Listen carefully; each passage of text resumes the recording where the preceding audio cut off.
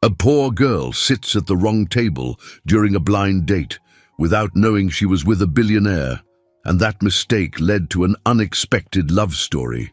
Hello, viewer. Thanks for joining us. Leave a like and share your thoughts in the comments along with the city you're watching from. Now let's continue with the story. It was a crisp spring morning in Seattle, and the downtown library, where Claire Peterson worked, was already alive with soft murmurs and the rhythmic rustling of pages. Claire, a slender woman of 45 with a warm yet guarded smile, adjusted her glasses and walked purposefully towards the children's reading area. A group of second graders was seated in a semicircle, eagerly awaiting her storytelling.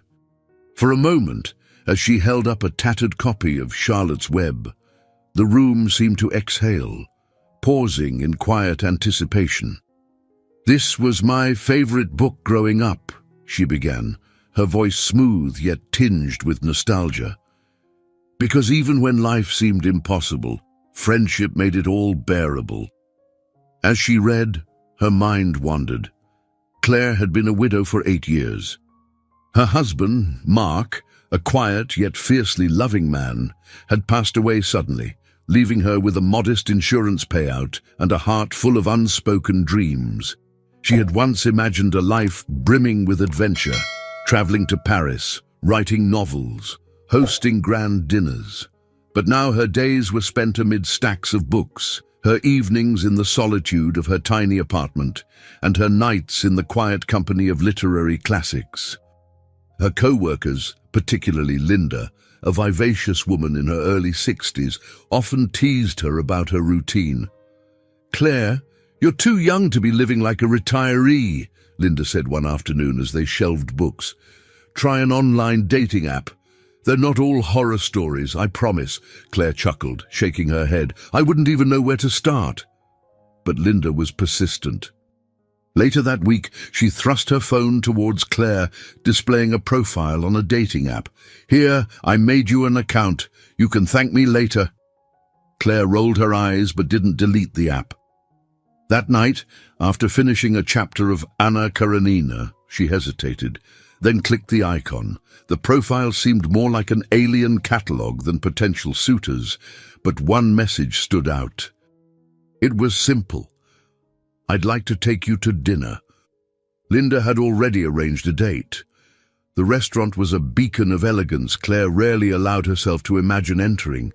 Its soft golden lights glowed against dark wooden walls, and the hum of sophisticated conversation made her self-conscious in her borrowed dress and thrift store heels. She'd taken a deep breath before stepping inside, rehearsing lines to introduce herself to her blind date. "Table for Claire Peterson?" she asked, her voice wavering slightly.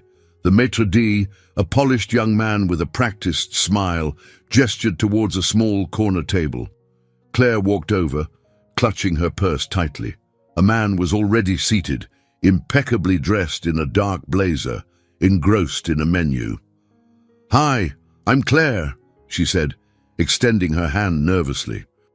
He looked up, his sharp blue eyes meeting hers, and for a moment his surprise flickered, just long enough for Claire to notice, but his expression softened, and he stood, shaking her hand.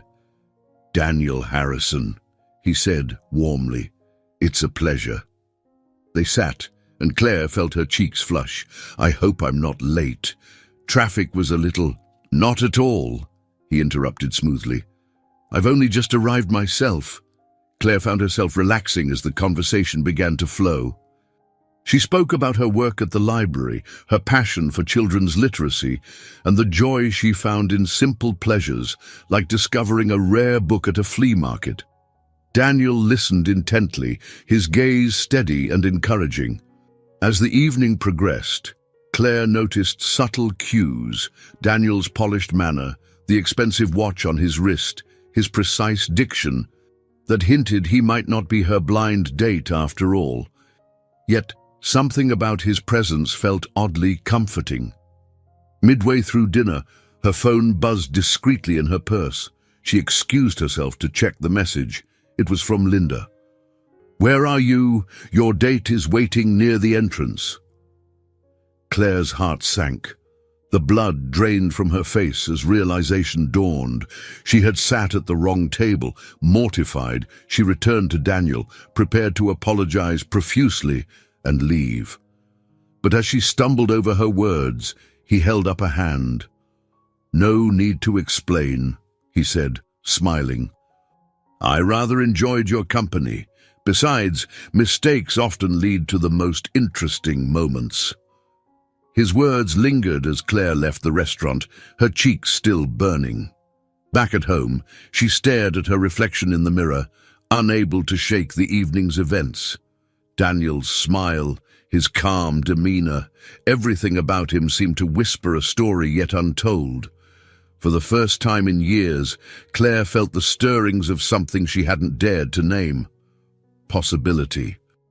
The soft glow of the restaurant's chandeliers illuminated the delicate wine glasses and pristine linens, casting a warm hue over the room. Claire shifted slightly in her chair, feeling a touch more comfortable as the conversation unfolded. Daniel Harrison, the man sitting across from her, exuded a quiet confidence.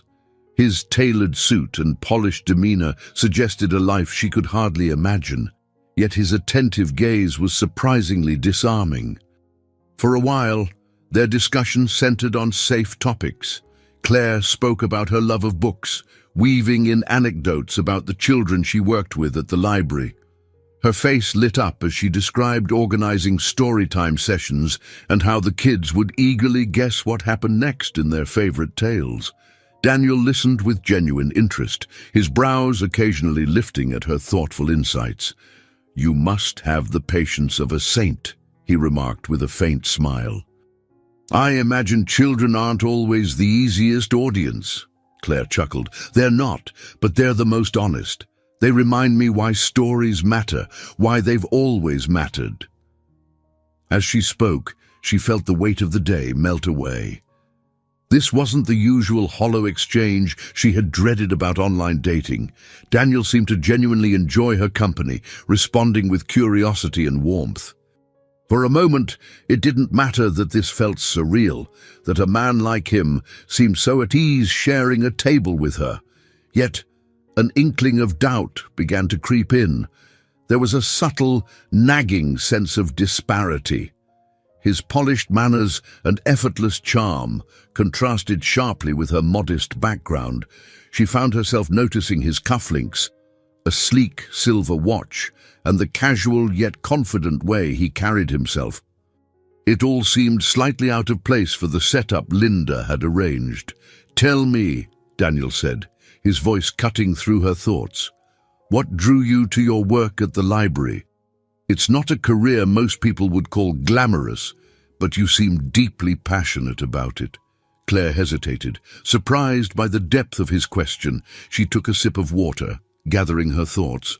"I think books have always been my anchor," she admitted. "When I lost my husband, they became a lifeline. Stories reminded me that even in the darkest times, there's always hope, always something worth holding on to." Daniel's expression softened. "That's beautiful, Claire.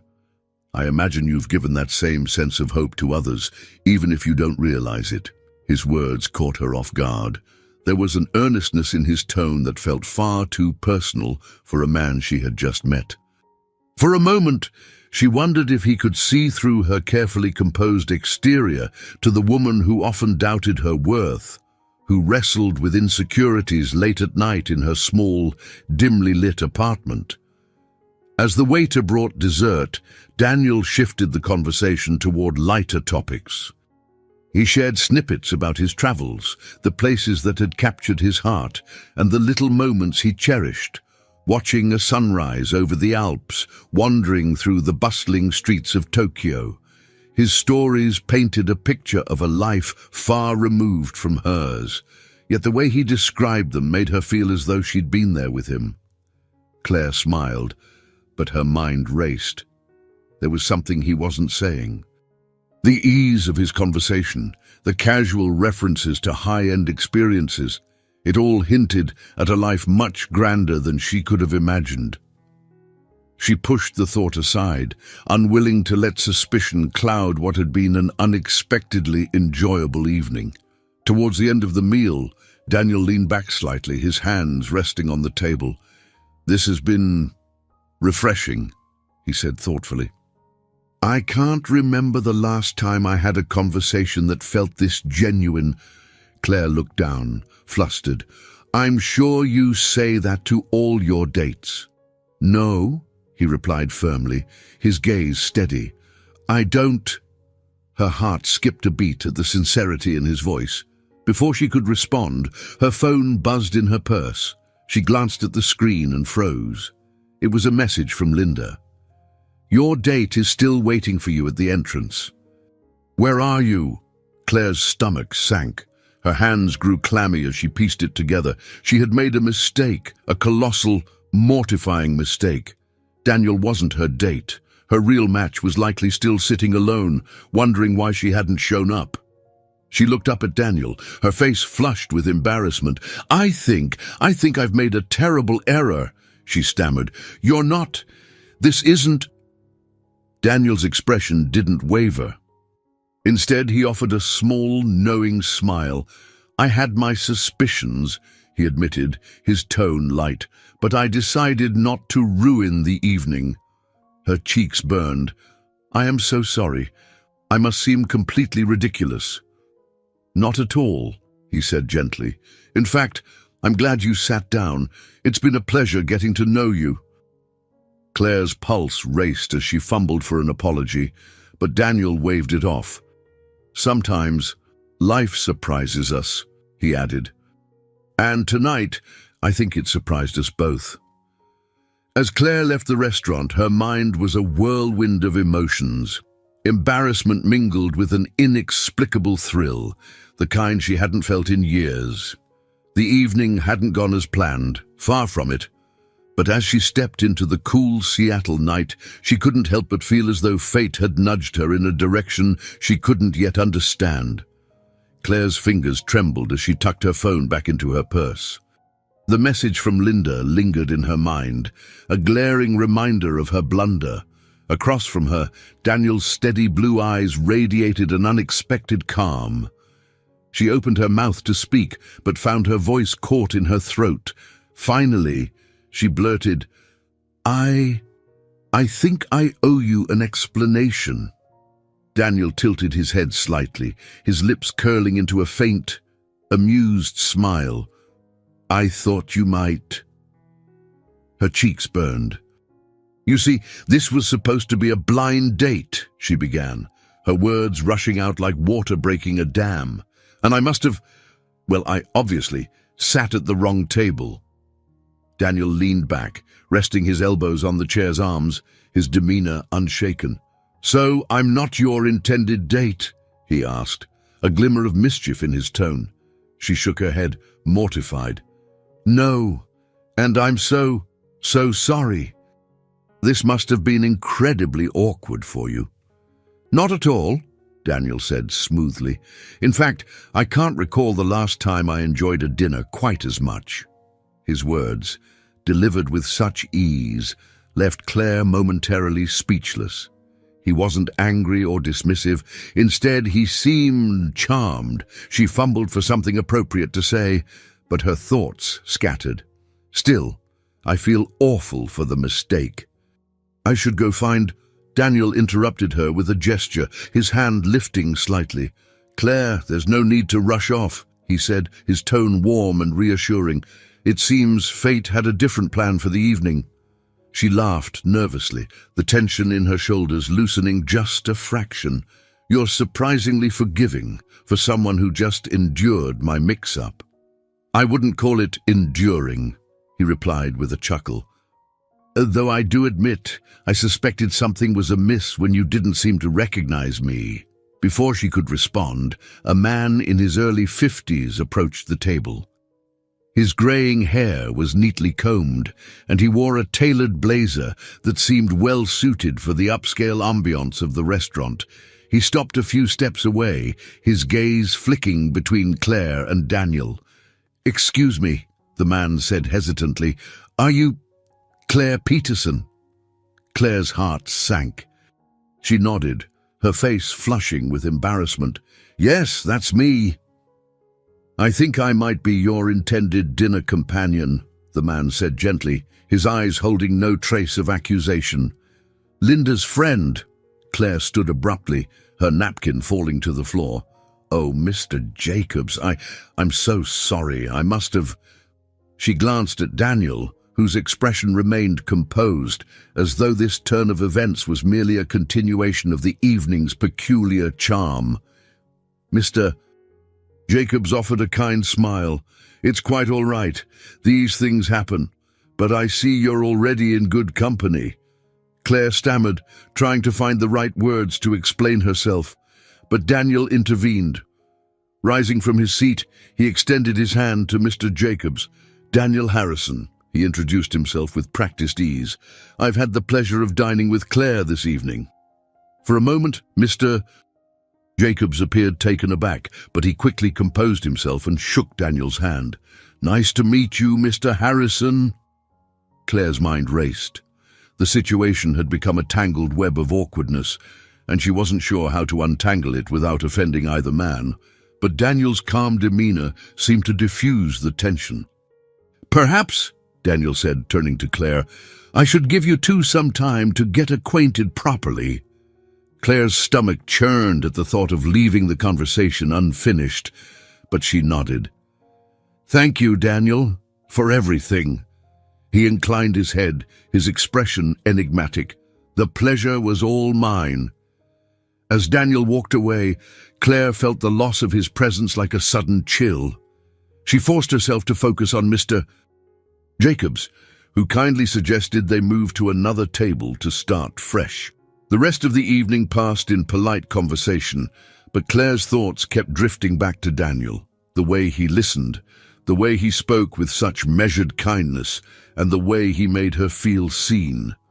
The following day at the library, Claire found herself recounting the surreal evening to Linda. "I don't know why he stayed so calm," she admitted.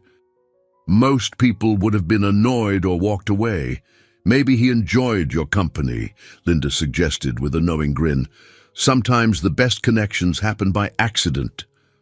As Claire sorted through a stack of children's books, she couldn't help but wonder. Could a chance encounter with a stranger, one that began with a mistake, truly hold meaning? Or was she simply grasping at the idea of something more, something she hadn't dared to hope for in years? Later that afternoon, as she prepared to leave for the day, a voice called her name. She turned to see a young waitress from the restaurant, someone she vaguely recognized. The woman, carrying a small envelope, approached with a tentative smile. "Hi, Ms. Peterson. I hope I'm not intruding," she began. "You probably don't remember me, but I was your waitress last night." Claire blinked in surprise. "Oh, yes, of course. How can I help you?" The waitress handed her the envelope. "Mr. Harrison left this with the manager after you left. He said it was for you." Heart pounding, Claire accepted the envelope and opened it carefully. Inside was a handwritten note. "Mistakes often lead to unexpected adventures. I hope this isn't the last chapter of ours. Daniel." Claire's breath caught as she read the words. Against all logic, against every cautious instinct she had honed over the years, she felt a spark of something she couldn't name, a sense that perhaps her story was just beginning.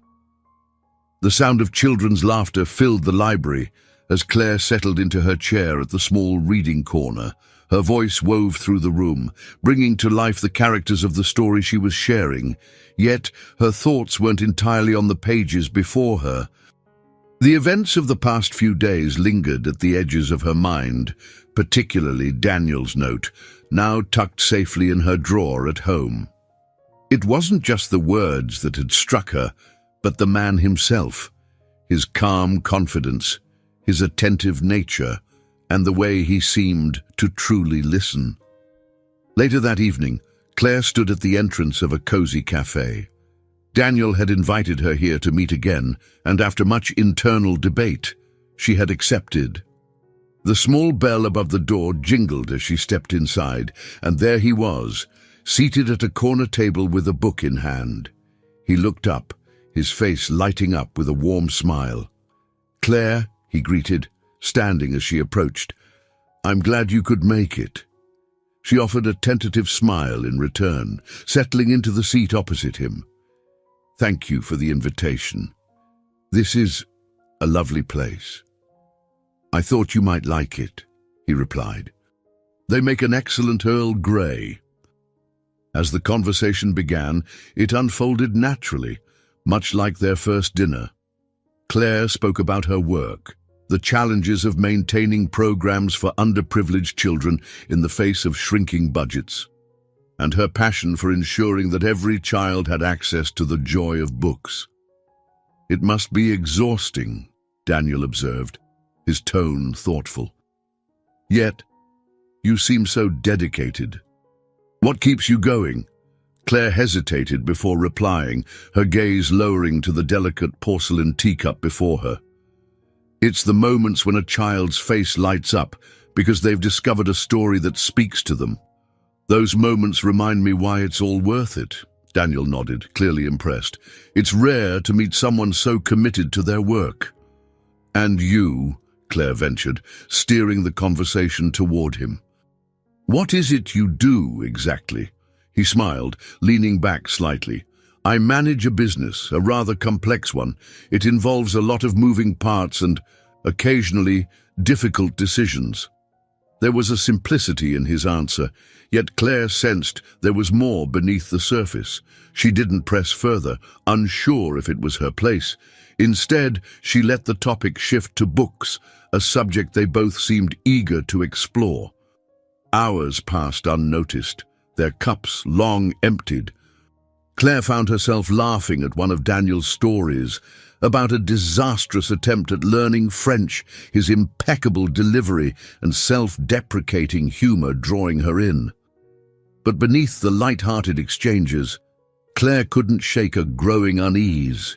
It wasn't just Daniel's polished manner or the subtle references to a world far removed from hers. It was the nagging sense of inadequacy creeping into her thoughts, whispering that this connection was too good to be true. As they walked out into the crisp evening air, Daniel paused, turning to her. "Claire, I'd like to see you again, if you're willing." His directness caught her off guard, and for a moment she hesitated. I'd like that too," she finally said, her voice soft. The sincerity in his smile eased her doubts, at least for the moment, but as she returned to her small apartment that night, the weight of her uncertainties pressed heavily on her chest. Her reflection in the bathroom mirror seemed to echo the question she couldn't escape. Could a woman like her truly belong in Daniel's world? The following days brought a mix of anticipation and introspection. Claire couldn't help but share snippets of her budding connection with Linda, whose enthusiasm was as infectious as ever. "Claire, don't overthink it," Linda urged during a lunch break. "He clearly sees something special in you. Just take it one step at a time." It was advice Claire wanted to follow, but doubts lingered. Her modest life, her financial struggles, how could they possibly fit into the orbit of someone like Daniel, whose every action hinted at a life of privilege? The next time they met, Daniel surprised her. They strolled through a park, the autumn leaves crunching beneath their feet. He listened as Claire spoke of her efforts to secure funding for a new literacy program, nodding thoughtfully. "Have you considered reaching out to local businesses?" he suggested. "Sometimes they're looking for meaningful ways to engage with the community." Claire glanced at him, intrigued by the idea. "It's worth exploring," she admitted, "but it's hard to know where to start." Daniel smiled. "I might know a few people who could help." His offer was casual, almost offhand, yet it left Claire feeling a mix of gratitude and discomfort. She didn't want to rely on him, not so early in whatever this was between them, yet his willingness to help felt genuine, free of expectation. As the evening drew to a close, Claire found herself torn. She was drawn to Daniel's kindness, his intelligence, and the ease with which he seemed to connect with her.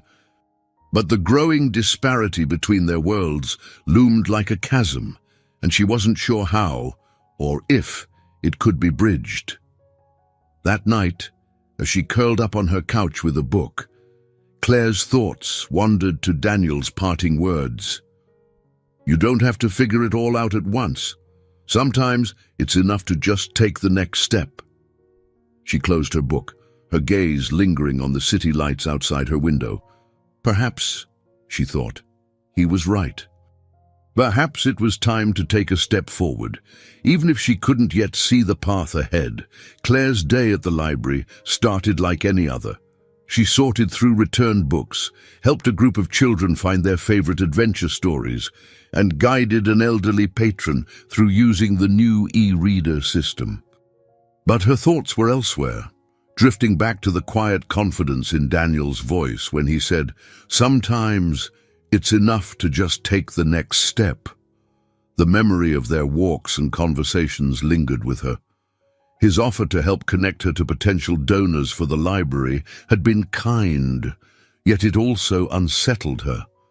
She wasn't used to receiving help, let alone from someone whose life seemed as far removed from hers as Daniel's. By mid-afternoon, Claire was startled by a knock at the library office door. It was Linda, holding a large brown envelope with a teasing grin. "This just arrived for you," she said, placing it on the desk. "Looks important." Claire's name was neatly written across the front in bold, elegant handwriting she instantly recognized. Her heart skipped as she opened it. Inside, she found a letter and a small donation receipt for the library, a generous sum, enough to fund the children's literacy program for the next 6 months. The note attached was short and unsigned, but Claire knew who had sent it. For the stories yet to be told, let them find their voice. She sat there, stunned. The donation was more than just money. It was a statement of faith, a gesture that said he believed in her work and her passion. Yet the act stirred conflicting emotions. Gratitude swirled with unease, and her pride prickled at the thought of accepting such a gift. Linda peeked her head back in, sensing Claire's distraction. Earth to Claire. "Everything all right?" Claire managed a nod. "Yes, just an unexpected surprise." Linda raised an eyebrow but didn't pry. "Well, surprises can be good. Let me know if you need anything." That evening, Claire replayed the day's events in her mind as she prepared a simple dinner. She couldn't ignore how deeply the gesture had touched her, but a nagging voice in her head questioned if she was ready for what this connection with Daniel might bring. The following week, Claire decided she couldn't let the gesture go unacknowledged. She called Daniel, her hands trembling slightly as she held her phone. "I received the donation," she began when he picked up. "Thank you. It means so much to the children and the library." "I'm glad it helps," Daniel replied. "The work you do is important, Claire. It deserves support." There was a pause, filled with unspoken words. Finally, Claire added, "Would you like to visit the library, see the program in action?" His voice warmed with approval. "I'd love to." When Daniel arrived a few days later, Claire couldn't help but notice how out of place he seemed in the modest library. His tailored coat and polished shoes a stark contrast to the worn carpet and overflowing shelves. Yet, he greeted everyone warmly, his genuine interest apparent as he spoke with the children and listened to their stories. At the end of the visit, Claire walked Daniel to the door. "Thank you for coming," she said softly. "It means a lot, seeing you here."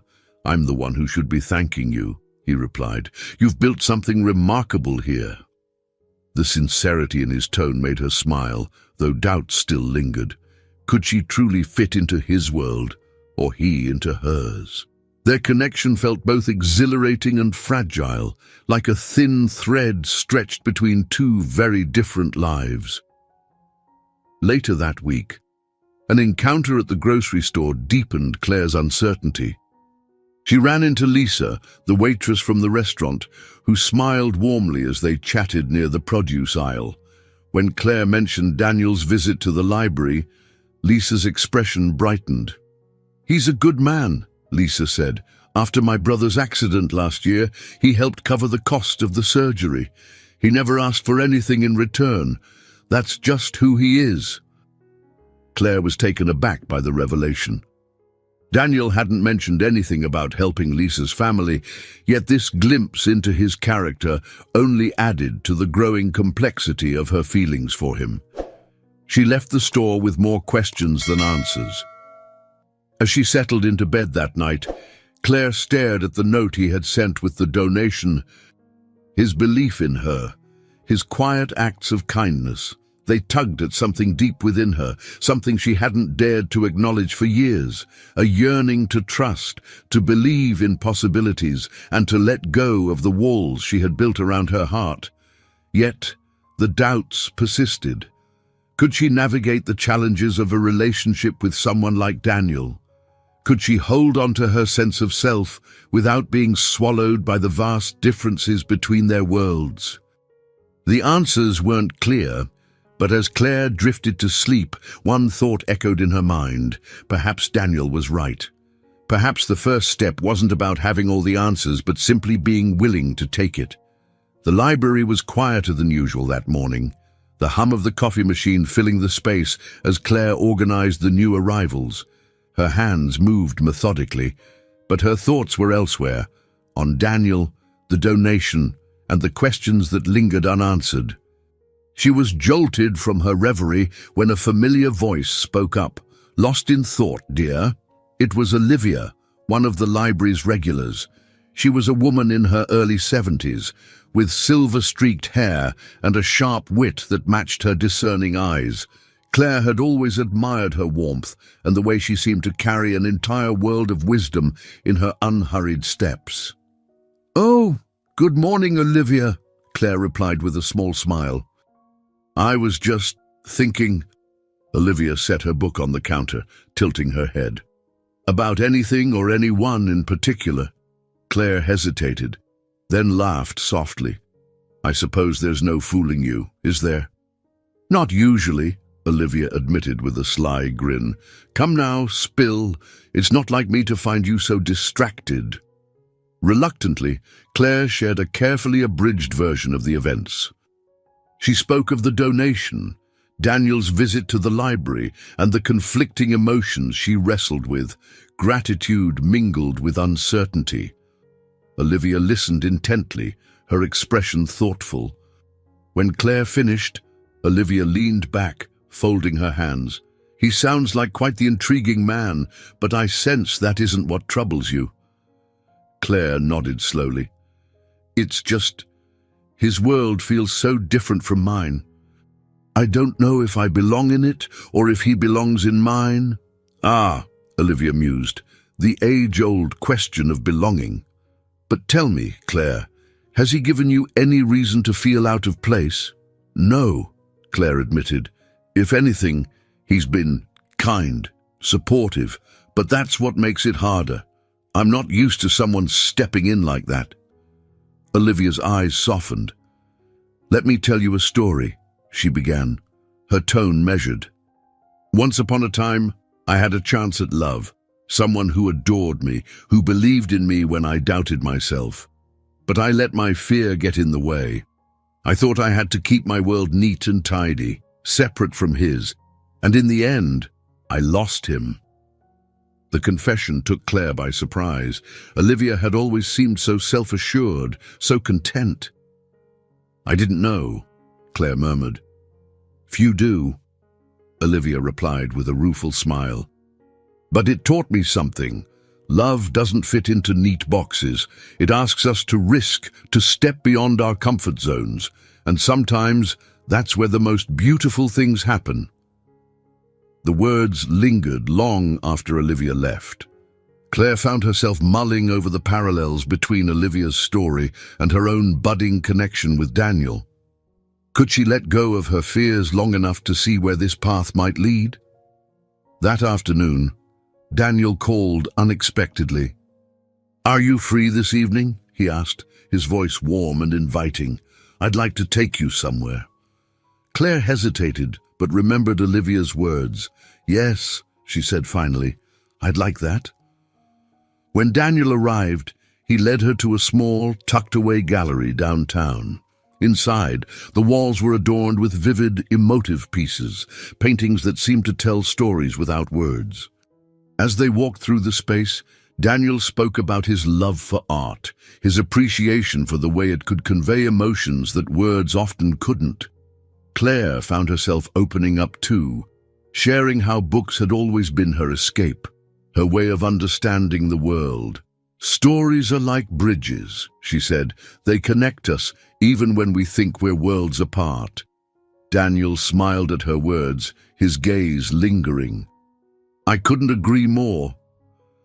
As they moved through the gallery, Claire noticed a young woman in the corner, her sketchbook in hand. She seemed familiar, and when their eyes met, recognition flickered. It was Lisa, the waitress from the restaurant. Lisa approached hesitantly. "Ms. Peterson," she said. "What a surprise!" "Lisa," Claire exclaimed, "I didn't know you were an artist." Lisa blushed. "Just trying to be—" "Daniel encouraged me to show my work here." Claire turned to Daniel, her eyes widening. "You didn't mention that." He shrugged modestly. "Lisa's talent speaks for itself. I just gave her a nudge." The encounter left Claire both impressed and unsettled. Daniel's generosity seemed boundless, but it also reminded her of the disparities between their lives. Yet, as the evening unfolded, she found herself laughing, sharing stories, and feeling a growing ease in his presence. When Daniel dropped her off that night, he lingered at her door. "Thank you for coming," he said. "I know this isn't always easy." Claire smiled, the doubt still there but quieter now. "Thank you for inviting me." As she closed the door behind her, she leaned against it, her heart full. The evening had been a step, a small, significant step, toward something she couldn't yet define. And for the first time, she felt the stirrings of hope that maybe, just maybe, she was capable of bridging the gap between their worlds.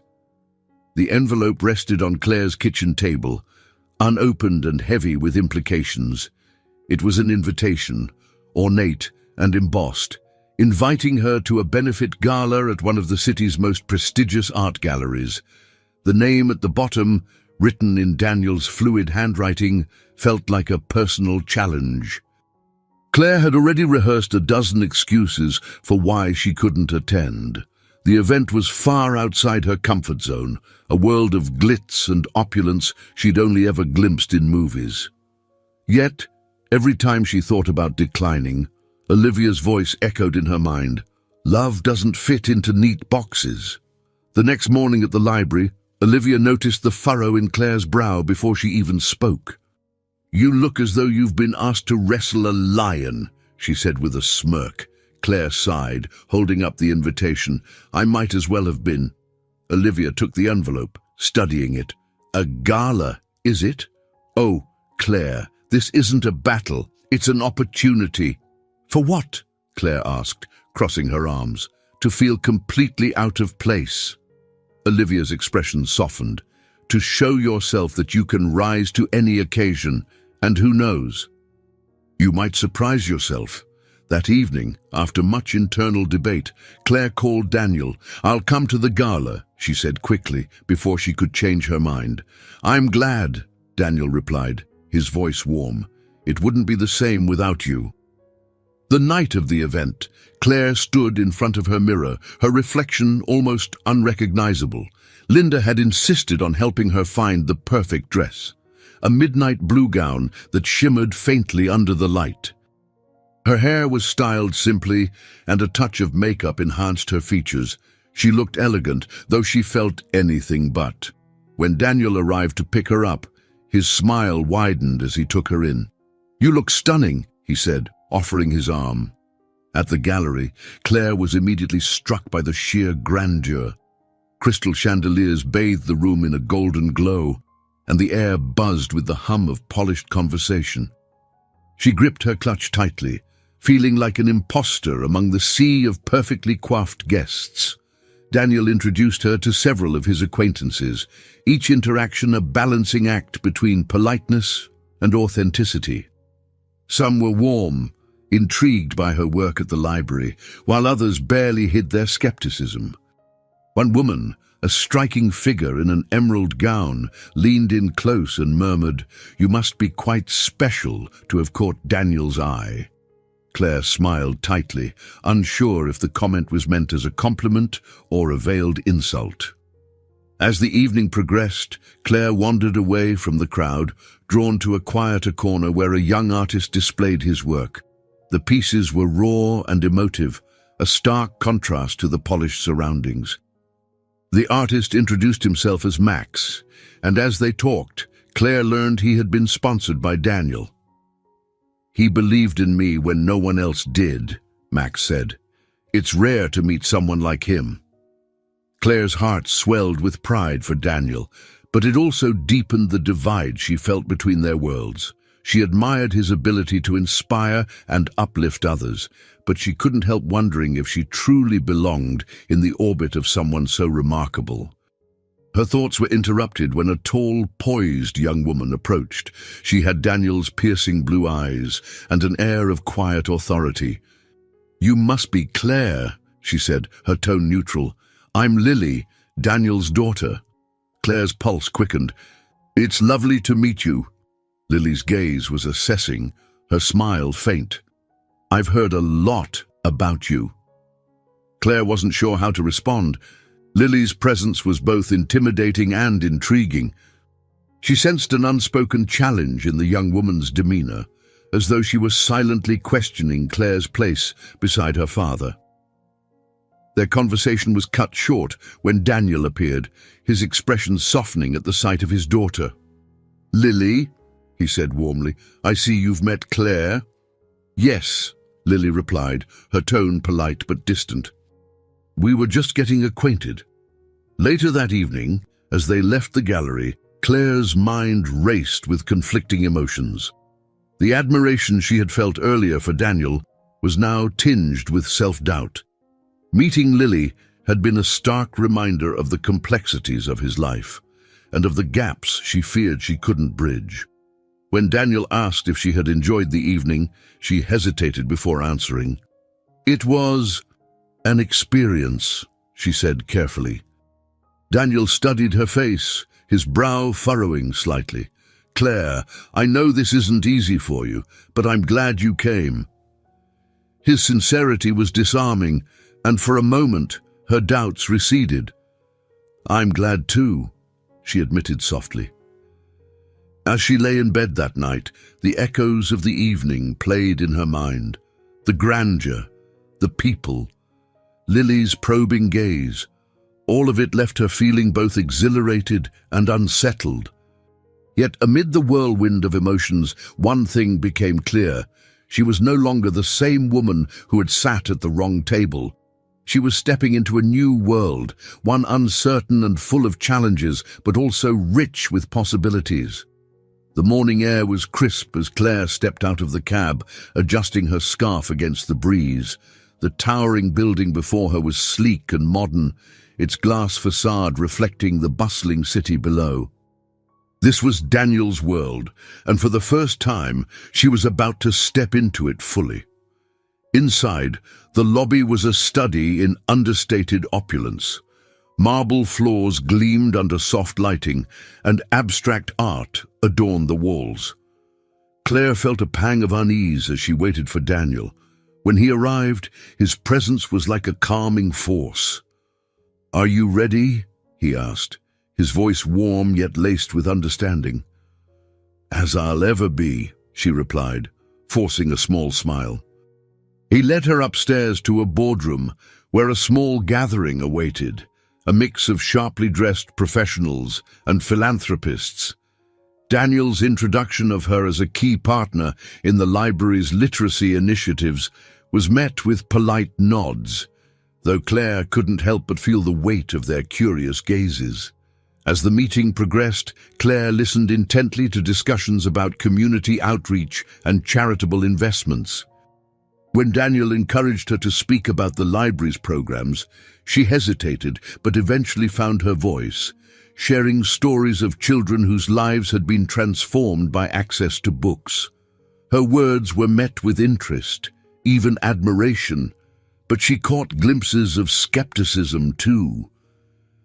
A man in his 50s with a commanding presence leaned back in his chair and asked, "What's the real impact of these programs? How do you measure success?" Claire felt the heat rise in her cheeks. "Success isn't always about numbers," she began.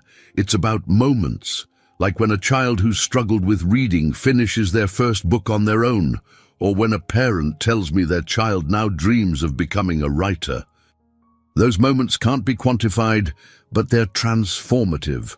Daniel's approving nod bolstered her confidence, but she couldn't ignore the undercurrent of judgment from others in the room. After the meeting, Daniel introduced her to more of his colleagues, each interaction feeling like a delicate balancing act. She managed polite smiles and thoughtful answers, but her discomfort grew with each passing moment. The stark contrast between this polished world and her modest reality felt insurmountable. As they left the building, Daniel seemed to sense her unease. "You were incredible in there," he said. "They saw your passion. It's impossible to miss." "Maybe," she replied softly, "but I don't think I'll ever fit into this world." Daniel stopped, turning to face her. "You don't have to fit into it, Claire. That's not why I wanted you here. I wanted them to see what I see, your authenticity, your heart. That's what makes you remarkable." His words warmed her, but doubts lingered. Could their connection truly bridge the gap between their lives? That evening, Daniel invited her to a dinner event hosted by a prominent charity.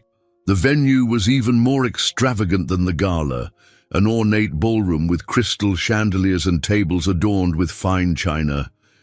Claire felt like a fish out of water, though Daniel's steady presence helped her navigate the evening. As they mingled, Claire noticed Lisa among the waitstaff. The young woman's face lit up upon seeing her. During a quiet moment, Lisa approached. "I didn't expect to see you here," Lisa said, her voice low but warm. "Neither did I," Claire admitted. "It's a lot to take in." Lisa nodded, her expression growing serious.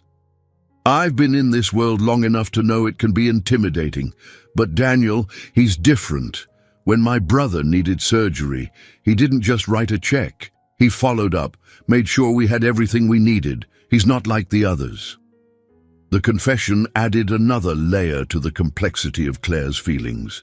Daniel's generosity and humanity shone brightly, yet they only deepened her fears of inadequacy.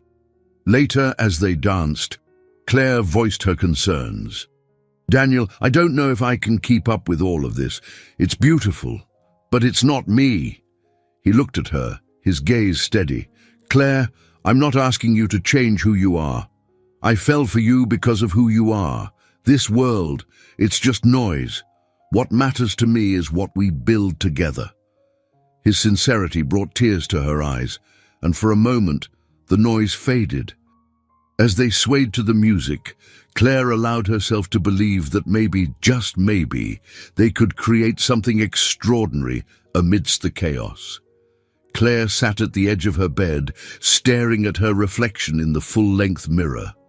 The dress Daniel had picked out for the evening lay draped across the chair, a simple yet elegant design in emerald green. It was unlike anything she would have chosen for herself, and that was precisely why it felt so foreign.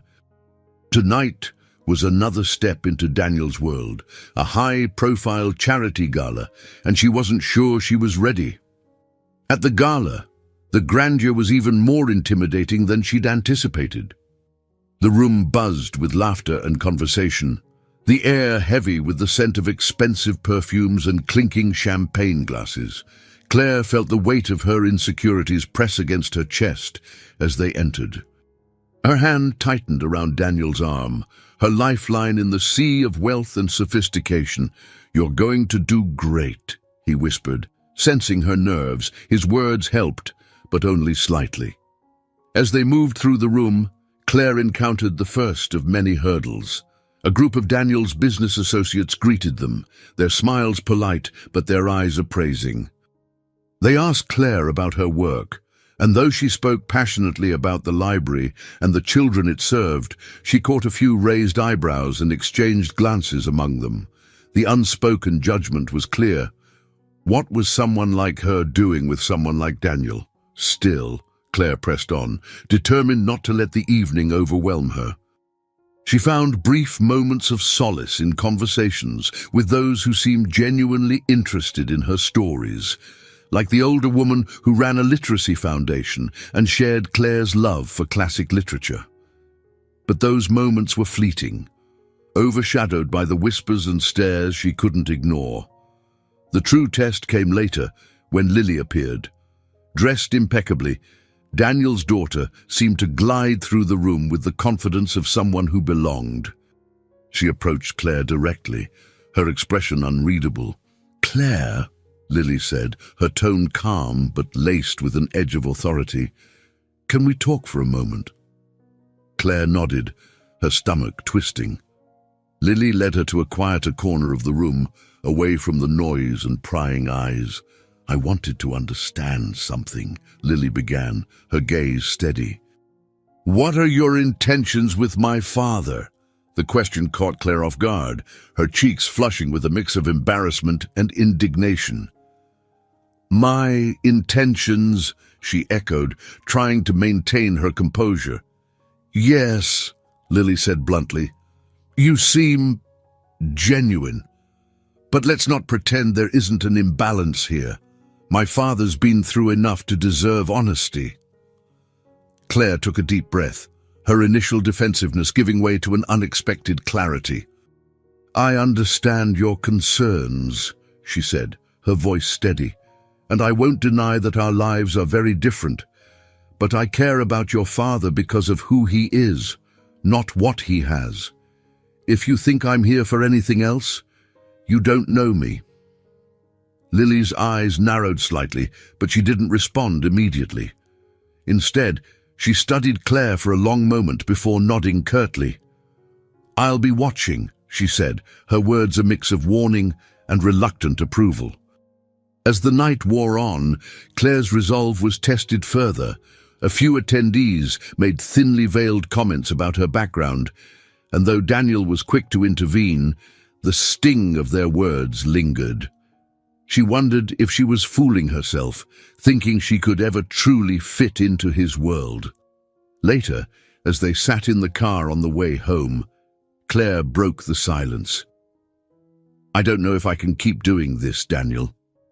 It feels like everyone is waiting for me to fail." Daniel turned to her, his expression serious.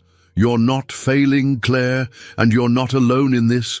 I know this world can be cruel, but I also know you have the strength to rise above it." His words touched her, but they didn't erase her doubts. She wanted to believe she could navigate this new life, but the challenges felt insurmountable. The thought of Lily's scrutiny, the judgment of Daniel's peers, it all loomed over her, a constant reminder of her perceived inadequacies. As Claire lay in bed that night, her mind replayed the evening's events. She thought of the moments when she'd stood her ground, the small victories amid the doubts.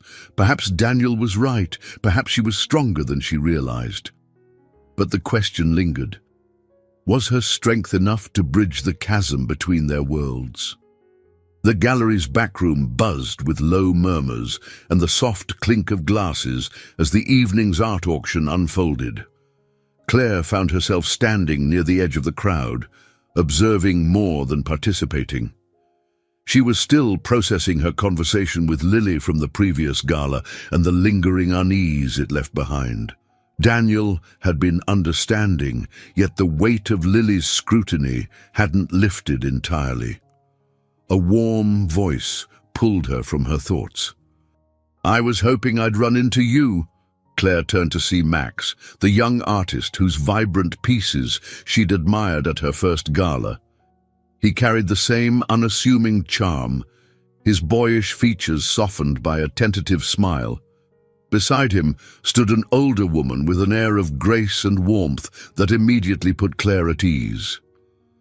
"Max," Claire greeted, genuinely pleased. "It's nice to see you again. And this is my mother, Sarah," Max introduced, stepping aside to make room for the woman.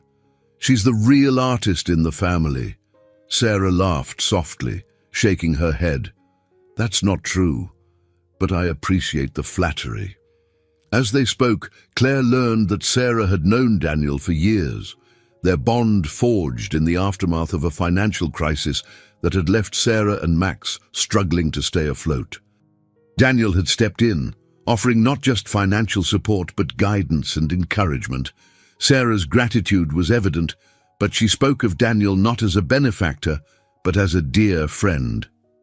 "Daniel has a way of seeing people," Sarah said, her tone thoughtful. "He doesn't just help, he believes in you. It's rare."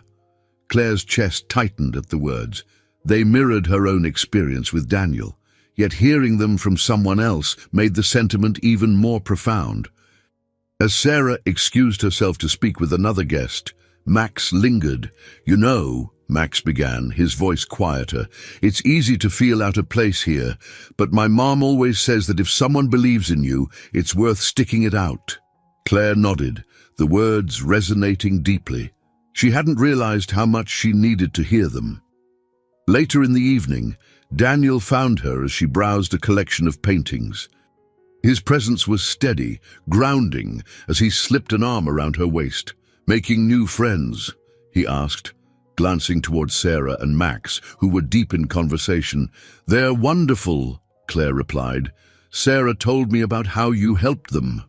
Daniel shrugged, his expression modest. "They didn't need much help, just a little support to get back on their feet. They've done the rest." "That's not how Sarah sees it," Claire said softly, her gaze meeting his. "She sees you as someone who believes in people." Daniel's eyes searched hers, and for a moment the noise of the gallery faded. "I believe in you, Claire. I hope you know that." Her breath caught, but she nodded. "I'm starting to—" As the evening wore on, Claire found herself speaking with more guests, her initial apprehensions slowly giving way to genuine curiosity. She met donors, artists, and even a few other librarians who had been invited to discuss collaborative projects.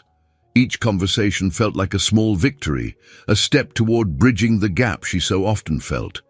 But the night wasn't without its challenges.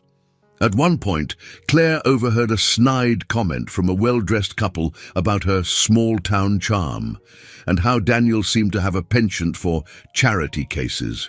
The words stung, but Claire chose not to dwell on them. She had made it through worse. The night ended with a quiet moment between her and Daniel on the gallery's balcony. The city sprawled below them, lights glittering against the dark sky. Claire leaned against the railing, her thoughts swirling. "I'm proud of you," Daniel said, breaking the silence. Claire turned to him, her brow furrowing. "For what?" "For being yourself," he said simply. "In a world that can be overwhelming, you didn't let it change you." His words brought a lump to her throat. "It's not easy," she admitted. "But tonight, I felt like I could belong, even if it's just a little." Daniel smiled, his hand brushing against hers. "That's all it takes, just a little. The rest will come." As they left the gallery together, Claire's mind lingered on the connections she had made. Sarah's warmth, Max's resilience, Daniel's unwavering support, they all painted a picture of a life she hadn't dared to imagine for herself. For the first time, she began to see that she didn't have to fit into this world perfectly. Perhaps her place in it was meant to be uniquely her own.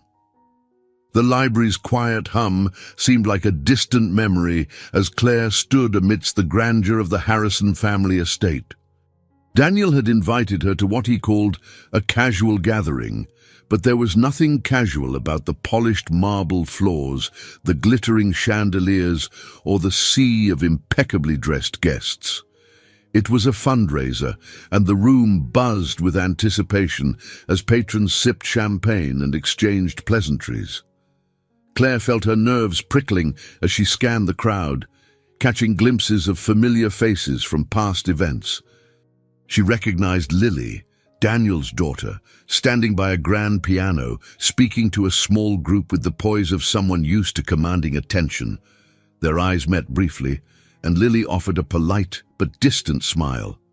"Claire," Daniel's voice cut through the noise, grounding her. He approached with his usual calm confidence, his presence a welcome anchor in the overwhelming environment. "You're doing great." She smiled faintly, unsure if she believed him. "This is a lot, Daniel." "I know," he said softly, placing a hand on her back. "But you belong here. Don't let anyone make you feel otherwise." His words were reassuring, but they couldn't fully erase her apprehension. As the evening unfolded, Claire found herself in conversation after conversation, sharing stories about the library and the programs she'd built for children. Some guests listened with genuine interest, while others nodded politely, their eyes already scanning for someone more notable to engage. Then came the moment Claire had dreaded. A woman she didn't recognize, a sharp-eyed brunette with a commanding presence, approached her with Lily in tow. The brunette, introduced as Evelyn, was one of Daniel's oldest business partners. "So, Claire," Evelyn began, her tone as polished as her pearl necklace, "it's fascinating to see how Daniel's tastes have evolved over the years. Tell me, how did you two meet?" Claire hesitated, glancing at Lily, who wore an inscrutable expression.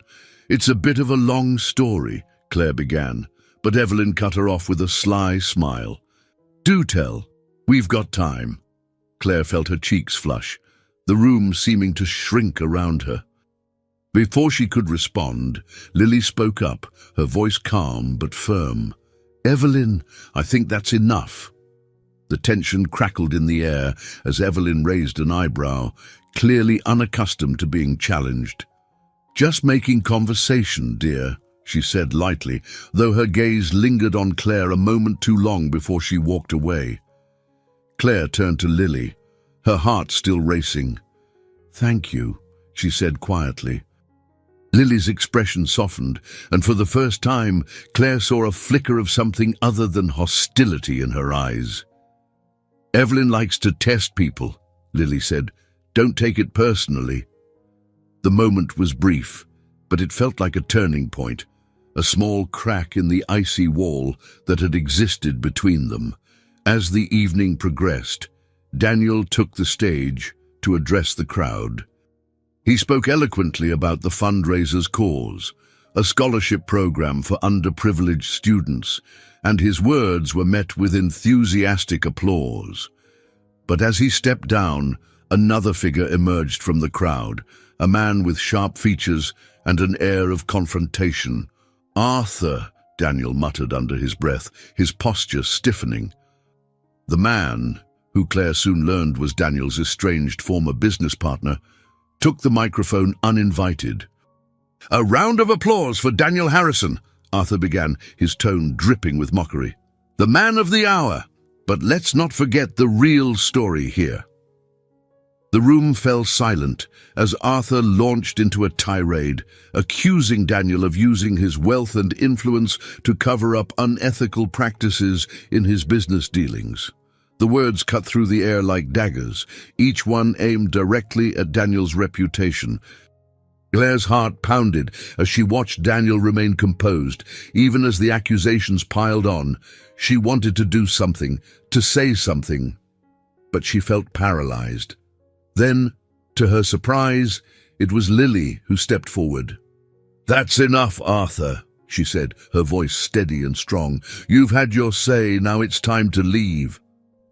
Arthur laughed bitterly, but Lily didn't waver. Her resolve seemed to embolden others in the room, and within moments, security escorted Arthur out.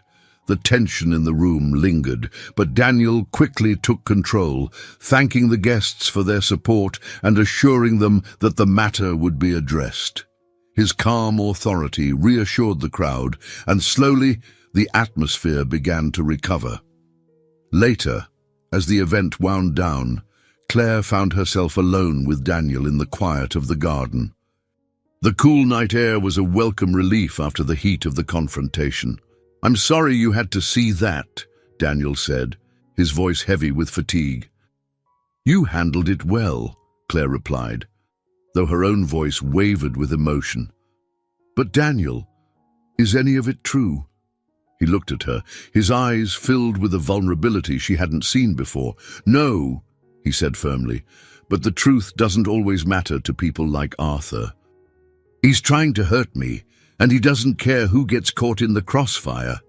Claire nodded, her heart aching for him. "I believe you," she said softly. Daniel reached for her hand, his grip warm and steady. "Thank you," he whispered. "That means more than you know." As they stood together under the starlit sky, Claire realized that the path ahead wouldn't be easy. The challenges they faced were daunting, but for the first time, she felt certain of one thing: she wasn't facing them alone. The familiar scent of aged paper filled Claire's senses as she moved through the library's quiet aisles, her hands brushing against the spines of books she had shelved countless times before. It was supposed to be comforting, a return to routine after the tumultuous events with Daniel. Yet her heart was heavy, her mind replaying their last conversation. Daniel's world, with its glittering grandeur and relentless scrutiny, felt like an unscalable mountain. But the emptiness left by her decision to step back from him lingered like an open wound. She'd hoped the solitude would bring clarity, yet each passing day only deepened her confusion. During a quiet moment in the break room, Olivia appeared, carrying her usual stack of worn novels. She set them down with a knowing smile.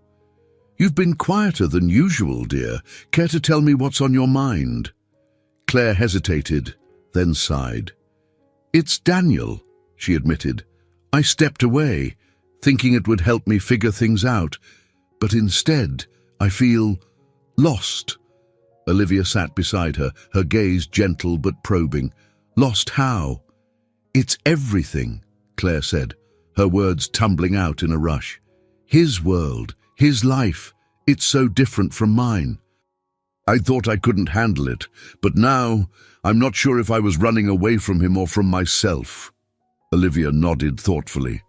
"Let me tell you something I learned the hard way," she said, her voice soft yet firm. "Running never solves anything. It only delays the moment you have to face what's truly in your heart." Her words struck a chord, but before Claire could respond, her phone buzzed on the table. She glanced at the screen and froze. It was a notification from a local magazine featuring an article on Daniel's philanthropy. The headline read, "The Quiet Billionaire, a Champion for Community Change." Claire opened the article, her breath catching as she read about Daniel's anonymous donations, including one to her library for the children's literacy program. The revelation filled her with a mix of gratitude and guilt. Even in her absence, he was thinking of her, supporting the work she loved. Later that day, Claire found herself standing in front of the library's newly renovated children's section. The bright colors, cozy reading nooks, and shelves brimming with books were a testament to Daniel's generosity. She watched as children eagerly explored the space, their laughter filling the air. It was a vivid reminder of the impact he had, not just on her, but on countless others. That evening, as she sat alone in her apartment, Claire couldn't shake the weight of her thoughts. She pulled out a small notebook, one she hadn't used in years, and began to write. A list of what frightened her, what she cherished, and what she wanted. The act was cathartic, bringing clarity to the swirling chaos within her. The next morning, Claire sought Olivia again. "You were right," she said, her voice steadier now. "I've been running, and it's time I stopped. But I don't know how to face him." Olivia smiled, a hint of mischief in her eyes. "Start by being honest with him and with yourself. The rest will follow." Bolstered by Olivia's encouragement, Claire decided to take a step forward. She spent the afternoon drafting a letter to Daniel, pouring her thoughts onto the page. She wrote about her fears, her admiration for his generosity, and her desire to find a way to bridge the gap between their worlds. Before she could second-guess herself, she sealed the letter and dropped it off at his office. It was a small act, but it felt monumental, a step toward confronting the choices she'd been avoiding. As the sun set over the city, Claire returned to the library, her heart lighter than it had been in weeks. She didn't know what Daniel's response would be, but for the first time in a long time, she felt a sense of peace. Whatever happened next, she was ready to face it head-on, trusting in her newfound strength to guide her through. Claire stood at the wrought-iron gates of Daniel's estate, her fingers trembling slightly as she pressed the intercom button. She hadn't planned what to say, but the weight of their unresolved feelings drove her here. The memory of his quiet strength and her own insecurities lingered like a shadow she couldn't shake. Moments later, the gates swung open, and Claire made her way up the cobblestone driveway. The mansion loomed ahead, its grandeur both intimidating and beautiful. When Daniel opened the door, surprise flickered across his face, quickly replaced by something softer. "Claire," he said, his voice tinged with relief. "I didn't expect. Please, come in." She stepped inside, her heart pounding. The entryway was warm and inviting, filled with soft light and the faint scent of cedar, but Claire's gaze drifted to the far end of the hall, where she heard voices, Daniel's and another, sharper tone. "Is this a bad time?" Claire asked, hesitating. "No," Daniel assured her, "but I think there's something you should hear." He led her to a sunlit sitting room where Lily stood, her arms crossed tightly over her chest. The tension in the air was palpable, but Lily's demeanor softened when she saw Claire. "I'll go," Lily said abruptly, moving toward the door. "No," Daniel interjected gently. "Stay. We need to talk." Claire hesitated, feeling like an intruder, but Daniel gestured for her to sit. He turned to Lily, his expression a mix of patience and determination. "Lily, I know why you've been pushing Claire away," he began, his tone calm but firm. "And I understand. But this isn't fair, to her or to us." Lily's jaw tightened, her gaze darting to Claire. "You don't get it, Dad. She's not like the others. She's real, and that scares me." The admission startled both Claire and Daniel. Lily's voice cracked as she continued. "After Mom, you closed yourself off. You buried yourself in work and philanthropy, and now you're letting someone in again. What if she leaves? What if you get hurt?" Claire's chest ached at Lily's words. For the first time, she saw the vulnerability behind the younger woman's guarded exterior. Lily wasn't trying to sabotage them out of spite. She was protecting herself from the fear of loss. Daniel stepped closer to his daughter, his voice steady. "Lily, I'm not asking you to trust Claire overnight, but I need you to trust me. I'm happier than I've been in years, and it's because of her." Lily glanced at Claire, her eyes glistening. "I'm sorry," she said softly. "I didn't mean to. I just didn't know how to handle it." Claire found her voice. "I understand, Lily, I do. And I'm not here to take anything away from you. I care about your father, but I also care about what this means for all of us." The sincerity in her words seemed to reach Lily. She nodded slowly, her shoulders relaxing. "Thank you," she murmured before slipping out of the room. As the door clicked shut, Daniel exhaled deeply, turning back to Claire. That wasn't how I expected tonight to go. Claire managed a small smile. Me neither. They sat together, the room now filled with a quieter, more reflective energy. Daniel leaned forward, his elbows resting on his knees. "I've been meaning to tell you something," he began. "I've spent so much of my life trying to keep my wealth from defining me. But I realize now that hiding it doesn't make it less of a burden. It just makes it harder for the people I care about." Claire nodded, understanding the weight of his words. "It's not your wealth that's intimidating, Daniel. It's the walls that come with it, the expectations, the judgments. But I see you beyond all of that. I just need to learn to trust myself in your world."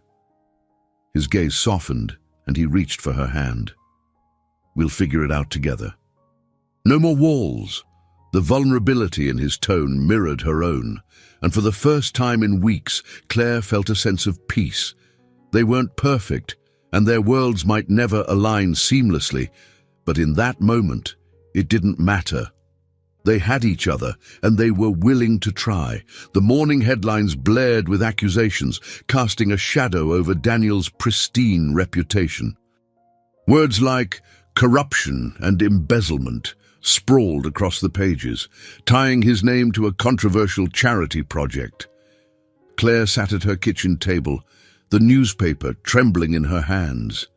The accusations felt surreal, a stark contrast to the man she knew, a man of integrity, whose generosity had transformed countless lives.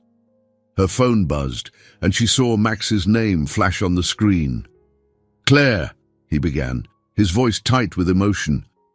"I don't know if you've seen the news, but it's bad. Daniel's being dragged through the mud, and it's all because of the charity project I'm involved in." "What do you mean?" she asked, her pulse quickening. Max explained that the charity's funds had been mismanaged, and some of the blame was being directed at Daniel as its main benefactor. Though Daniel's involvement had been purely philanthropic, the media frenzy painted a different picture. Max's attempt to defend Daniel in an interview had only added fuel to the fire, inadvertently implicating him further. Claire's heart sank. She could hear the guilt in Max's voice, the regret that his words had been twisted into accusations. "Max, this isn't your fault," she said firmly, "but we need to figure out what's really going on." Later that day, Claire arrived at Daniel's office. The usually bustling space was unusually quiet, the tension palpable. When she was ushered into his office, Daniel looked up from his desk, his face etched with exhaustion. "Claire," he said softly, "you didn't have to come." "I did," she replied, her voice steady despite the whirlwind of emotions inside her. "I needed to see you." Daniel gestured for her to sit. "It's a mess," he admitted, rubbing his temples. "They're using every misstep, every grey area, to paint me as the villain. And the worst part, I don't even know who's pulling the strings." Claire reached across the desk, placing her hand over his. "We'll figure this out. You've built your life on doing good, and that's what people will remember." But even as she spoke the words, Claire knew the road ahead would be treacherous. The media frenzy had already begun to tarnish Daniel's image, and the whispers of doubt were growing louder. Still, she couldn't stand by and watch as his character was dismantled piece by piece. The following days were a blur of chaos. Claire found herself in the center of the storm, fielding questions from reporters and deflecting invasive inquiries about her relationship with Daniel. But the tipping point came when a journalist cornered her outside the library, asking if she thought Daniel's wealth had blinded him to the realities of the people he claimed to help. Claire's response was instinctive, her voice firm but calm. "I've seen firsthand the lives Daniel has changed," she said. "He doesn't just write checks. He invests in people, in their potential. His actions speak louder than any accusation." The quote made its way into the evening news, shifting the narrative slightly. But the battle was far from over. Behind the scenes, Claire worked tirelessly with Daniel's team to uncover the truth. It was Lisa, the ever-resourceful waitress-turned-ally, who provided the breakthrough. "I overheard something at a meeting," Lisa confided to Claire one evening. "There's someone inside the organization, someone who's been feeding false information to the media. I think they're trying to sabotage Daniel for personal reasons." Lisa's revelation led Claire and Daniel to a paper trail, a series of forged documents and suspicious transactions that pointed to a former partner of Daniel's, someone with a vendetta against him. The discovery was both a relief and a new source of tension. Exposing the truth would clear Daniel's name, but it would also mean dragging someone else into the spotlight. The decision weighed heavily on Daniel. "I've always believed in protecting people, even from their own mistakes," he told Claire one evening as they pored over the evidence. "But this feels different." Claire placed a hand on his shoulder. "You're not doing this out of malice," she said. "You're defending yourself and the work you've done. That matters." The turning point came during a public forum where Daniel addressed the accusations head-on. Claire watched from the audience, her heart swelling with pride as he spoke with clarity and conviction, laying out the facts and reaffirming his commitment to his philanthropic mission. The evidence they'd uncovered was presented clearly, dismantling the false narrative piece by piece, but it was Claire's impromptu speech that left the room silent. "I've worked alongside Daniel on projects that have changed lives," she said, her voice steady. "He doesn't just offer hope, he embodies it, and I won't stand by while his integrity is questioned." The forum ended with a standing ovation, the tide of public opinion beginning to shift. As they left the venue, Daniel turned to Claire, his expression a mix of gratitude and awe. "You didn't have to do that," he said. "Yes, I did," she replied, her voice soft but resolute. "Because I believe in you." For the first time in weeks, Daniel smiled, a real, unguarded smile. And in that moment, Claire knew that no matter the challenges ahead, they would face them together. The morning light filtered through the wide windows of Daniel's office as Claire arrived, ready to face the day's challenges. The events of the past weeks had cemented her commitment to helping clear Daniel's name, and today was pivotal. Together, they would delve deeper into the allegations surrounding the charity project, piecing together evidence to expose the true culprit. Lisa was already waiting, her usual sharp demeanor now tinged with urgency. "I found something last night," she began as Claire and Daniel joined her around a table cluttered with documents. "There's a series of emails that link the forged documents directly to Arthur. Daniel's former partner had been a lingering shadow in their efforts to clear his name, his vendetta against Daniel now becoming more apparent. The emails painted a picture of deliberate sabotage, from spreading false rumors to manipulating the charity's financial records. Daniel's jaw tightened as he skimmed the pages. "This proves his intent," he said, his voice steady but laced with anger. "But we need more to make it undeniable." Claire leaned forward. "We'll get it," she said firmly. "This isn't just about you, Daniel. It's about protecting everything this charity stands for." Later that day, Claire visited the library to meet Max, who was working on a series of paintings inspired by the children who had benefited from the charity. His vibrant artwork captured their stories, from a young girl who'd learned to read through the program to a boy who'd found solace in drawing during difficult times. "These kids, they're why this matters," Max said, his voice soft but resolute. "If we let this scandal define the charity, they lose, and I can't let that happen." Claire nodded, her heart swelling with pride for Max's determination. His work was a reminder of the lives they were fighting for, grounding her resolve amidst the chaos. As evening fell, Daniel invited Claire to his home, where they reviewed the progress made. Sarah joined them, bringing a sense of calm and wisdom that only she could provide. Over cups of tea, she shared her own story of how Daniel had supported her family during their most challenging times. "Daniel doesn't just give money," Sarah said. "He gives hope. That's what makes this fight worth it." Her words echoed in Claire's mind as they worked late into the night, their efforts culminating in a plan to present the evidence against Arthur at a public hearing. The stakes were high, but the team's determination was unwavering. The hearing was held in a grand hall filled with reporters, supporters, and skeptics alike. Daniel stood at the forefront, his presence commanding yet humble as he outlined the charity's mission and the obstacles it had faced. Claire watched from the sidelines, her heart pounding as Lisa stepped forward to present the incriminating emails. "This is about truth," Lisa said, her voice clear and unwavering.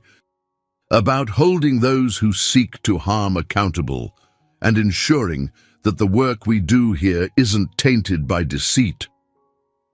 The room buzzed with tension as the evidence was laid bare, each piece dismantling the false narrative that had threatened to overshadow the charity's accomplishments. When it was Claire's turn to speak, she took a deep breath, her hands trembling slightly as she stepped onto the stage. "I've worked with Daniel and seen firsthand the lives his vision has touched," she began, her voice steadying as she spoke. "This isn't just about clearing his name. It's about protecting the futures of those who depend on us to do what's right." Her words were met with applause, a ripple of support that spread through the room. By the end of the hearing, the tide had shifted. Arthur's malicious intent was exposed, and Daniel's name was cleared. That night, as they celebrated the victory at Daniel's home, Claire felt a deep sense of fulfillment. The trials they'd faced had tested them in ways she hadn't anticipated, but they had emerged stronger, their bond unshaken.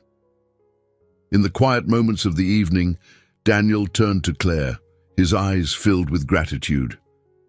"You've been my anchor through all of this," he said softly. "I couldn't have done it without you." Claire smiled, her hand resting gently on his. "We did it together," she replied, "and that's what makes it matter." For the first time in their journey, Claire felt certain of her place by Daniel's side, not as an outsider looking in, but as an equal partner in a shared mission to make a difference. The courtroom buzzed with anticipation, its grand columns and mahogany benches amplifying the gravity of the moment. Daniel stood at the defense table, his composure steady despite the weight of the accusations against him. Claire sat in the gallery, her heart pounding as the case against Daniel unfolded.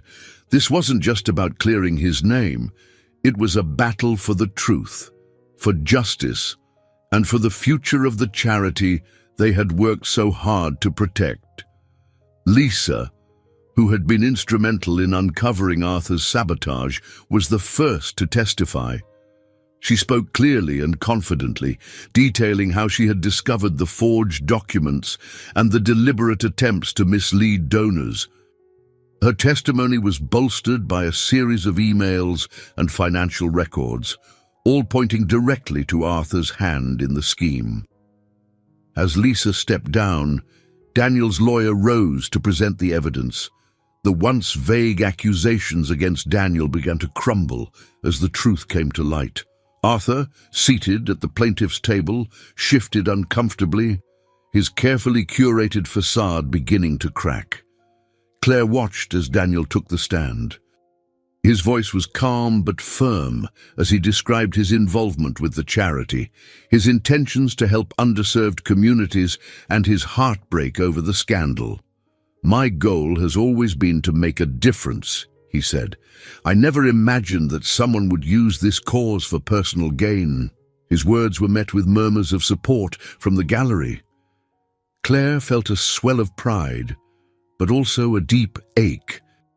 Daniel's vulnerability was on full display, and she knew how much it had cost him to stand here and fight. When the court adjourned for a recess, Claire found herself alone in the corridor, her thoughts racing. Olivia and Sarah approached, their presence a comforting reminder that she wasn't facing this alone. "You've been strong through all of this," Olivia said, her hand resting gently on Claire's shoulder. "But remember, strength doesn't mean doing it all yourself. Lean on him and let him lean on you." Claire nodded, the weight of those words settling over her. This wasn't just Daniel's fight, it was theirs. As the hearing resumed, the defense presented a final piece of evidence, a recorded conversation between Arthur and a former colleague. The recording revealed Arthur's intentions to discredit Daniel and take over the charity for his own gain. The courtroom fell silent as the words played, leaving no doubt about Arthur's culpability. The judge's decision was swift. Arthur was found guilty of fraud and ordered to pay restitution. Daniel's name was cleared, his integrity vindicated. After the hearing, the atmosphere outside the courthouse was electric. Reporters swarmed Daniel, but he waved them off, his focus solely on Claire. She met him halfway, her emotions threatening to overwhelm her. "You did it," she said, her voice trembling. "No," he replied, pulling her into a tight embrace. "We did it." That evening, Daniel hosted a gathering at his home for everyone who had stood by him. The air was filled with laughter and relief, but Claire couldn't shake a lingering sense of unease. Despite their victory, the scars of the ordeal ran deep. Later, as the party wound down, Daniel found Claire on the balcony, staring out at the city lights. He joined her, the silence between them both comfortable and charged. "Claire," he began, his voice tentative, "I couldn't have done this without you, but I need to know. Are you sure about us?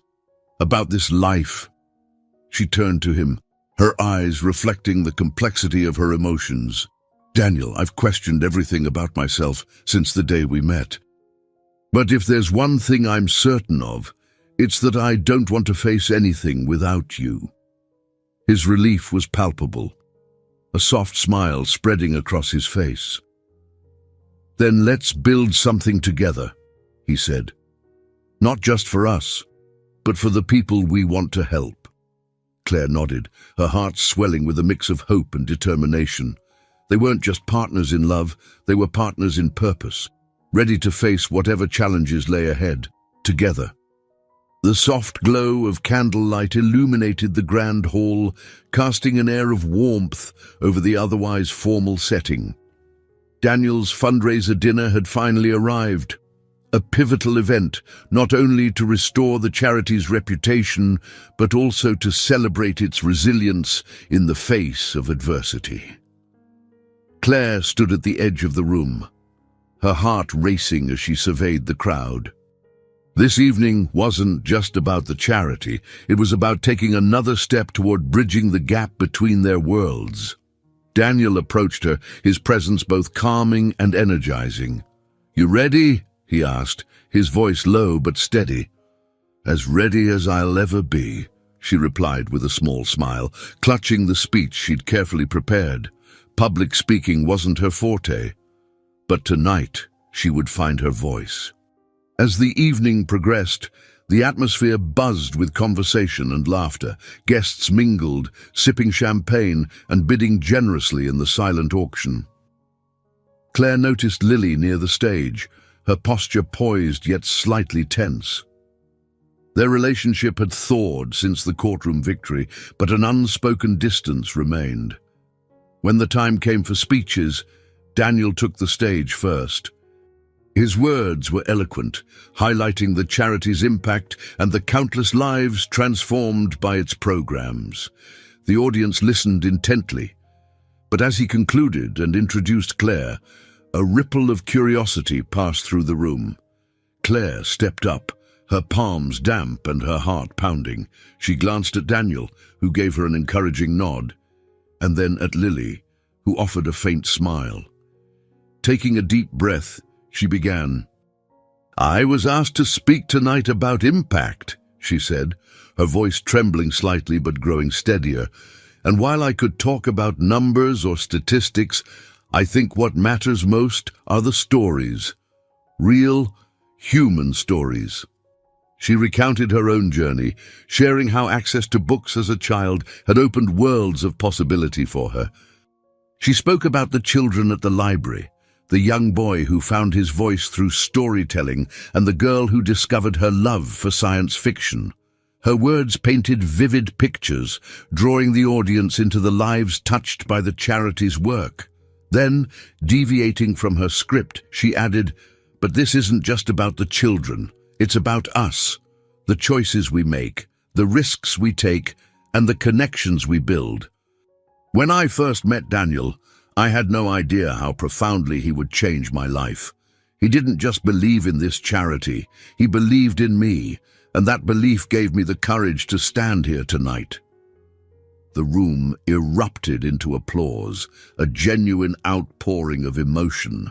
As Claire stepped down, Daniel met her at the bottom of the stairs, his expression filled with pride.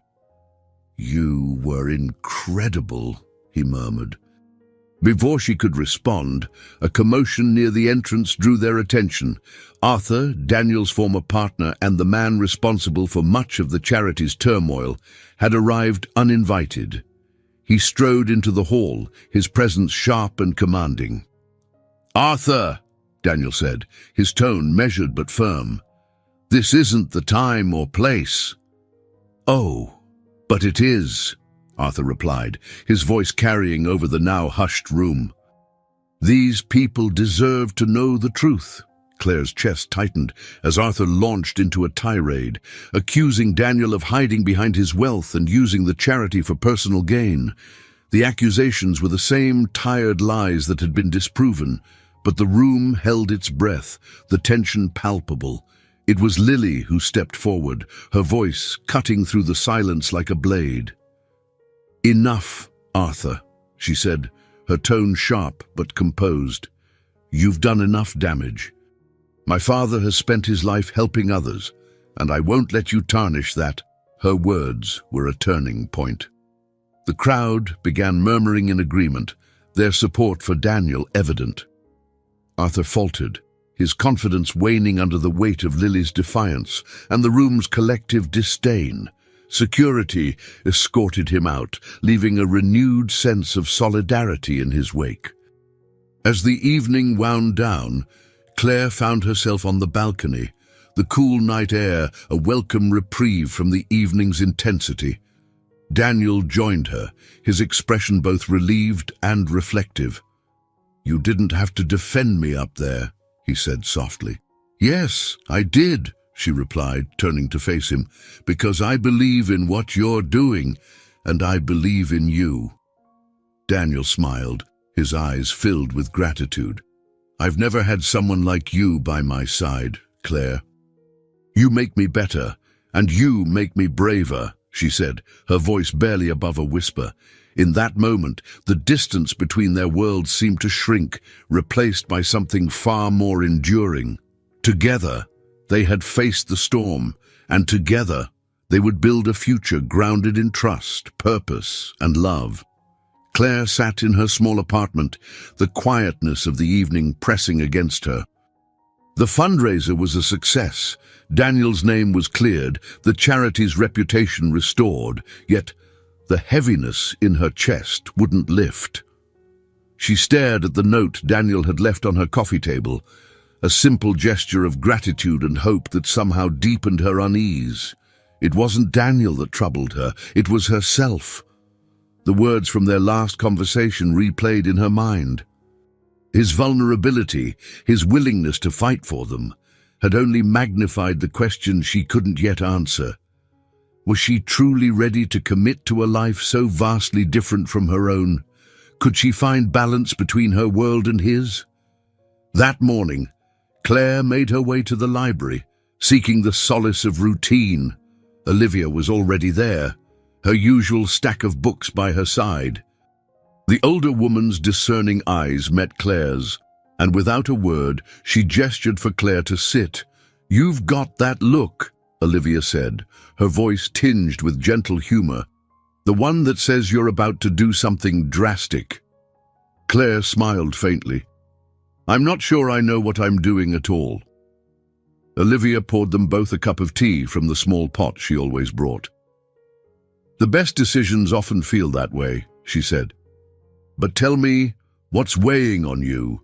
Claire hesitated before opening up. She spoke of the fundraiser, of Daniel's declaration of trust, and of her own growing fears. "He's so sure of us," she admitted, "and I'm not. I keep wondering if I'm enough for his world, if I can fit into it without losing myself." Olivia's gaze softened. "Claire, fitting in isn't the goal. Finding where you can stand tall, that's what matters." Later that evening, Claire visited the gallery where Max's work was displayed. His exhibition, a culmination of months of effort, brimmed with raw emotion. Each painting told a story of resilience and transformation, and Claire found herself lingering before one depicting a young girl clutching a book beneath a vast, stormy sky. "Do you like it?" Max's voice startled her. He stood beside her, his expression a mix of pride and nervousness. "It's beautiful," Claire said sincerely. "It feels hopeful." Max nodded, his gaze fixed on the painting. "It's about finding light in chaos," he said, "like you and Daniel did." Claire's stomach tightened. "I don't know if we've found it yet," she admitted. "I'm still trying to figure out where I stand." Max looked at her, his expression thoughtful. "You've stood by him through everything. Isn't that enough?" The question stayed with Claire as she returned home, her thoughts a whirlwind. That night, she pulled out an old journal, one she hadn't written in for years. She began listing her fears, her doubts, and, most importantly, her hopes. It was an exercise Olivia had suggested months ago, and now it felt like a lifeline. The next morning, Claire made a decision. She called Daniel and asked to meet him, her voice steady but tinged with resolve. When they met at a small park, they'd often walked through together. His eyes searched hers with quiet concern. "I need to step back," Claire said, her words measured but firm. "Not because I don't care, but because I need to figure out what I want, what I can give to us." Daniel's face fell, but he nodded, his respect for her choice evident. "I don't want to pressure you, Claire," he said, "but I want you to know that I believe in us, no matter how long it takes." They parted with an embrace that felt both heavy and hopeful. As Claire walked away, she felt the ache of their separation, but also a flicker of clarity. This wasn't an ending. It was a pause, a chance to find the balance she so desperately needed. In the days that followed, Claire threw herself into her work at the library. She launched a new program inspired by Max's art, combining literature and creativity to help children express themselves. The program's success filled her with a sense of purpose, reminding her of the impact she could make on her own terms. Olivia, ever the quiet mentor, continued to offer her wisdom. "Sometimes," she said one afternoon, "love isn't about fitting together perfectly. It's about growing side by side, even when the path gets rocky." Claire thought of Daniel, of his unwavering belief in her, and felt a renewed sense of determination. She wasn't ready to return to him yet, but she knew she wouldn't stay away forever. The space they had created wasn't an absence. It was an opportunity to build something stronger. As the weeks passed, Claire found herself reflecting less on her fears and more on her hopes. And in the quiet moments, she began to understand that her independence and her love for Daniel weren't opposing forces. They were parts of the same story, a story still unfolding. Claire stood in the library's newly renovated children's wing, her fingers brushing over the spines of freshly donated books. The bright space was a testament to everything she and Daniel had fought for, a physical manifestation of hope, creativity, and resilience. Yet despite the pride swelling in her chest, Claire felt the quiet weight of an unresolved question pressing down on her. Since stepping back from her relationship with Daniel, she'd thrown herself into her work, determined to find clarity in the routine. But her days felt incomplete and her nights were restless. The space she'd created between them, though necessary, had left a hollow ache. Olivia found her in the corner of the room, organizing a stack of picture books. The older woman's discerning eyes softened as she approached. "You've been busy," Olivia said, her tone laced with quiet encouragement.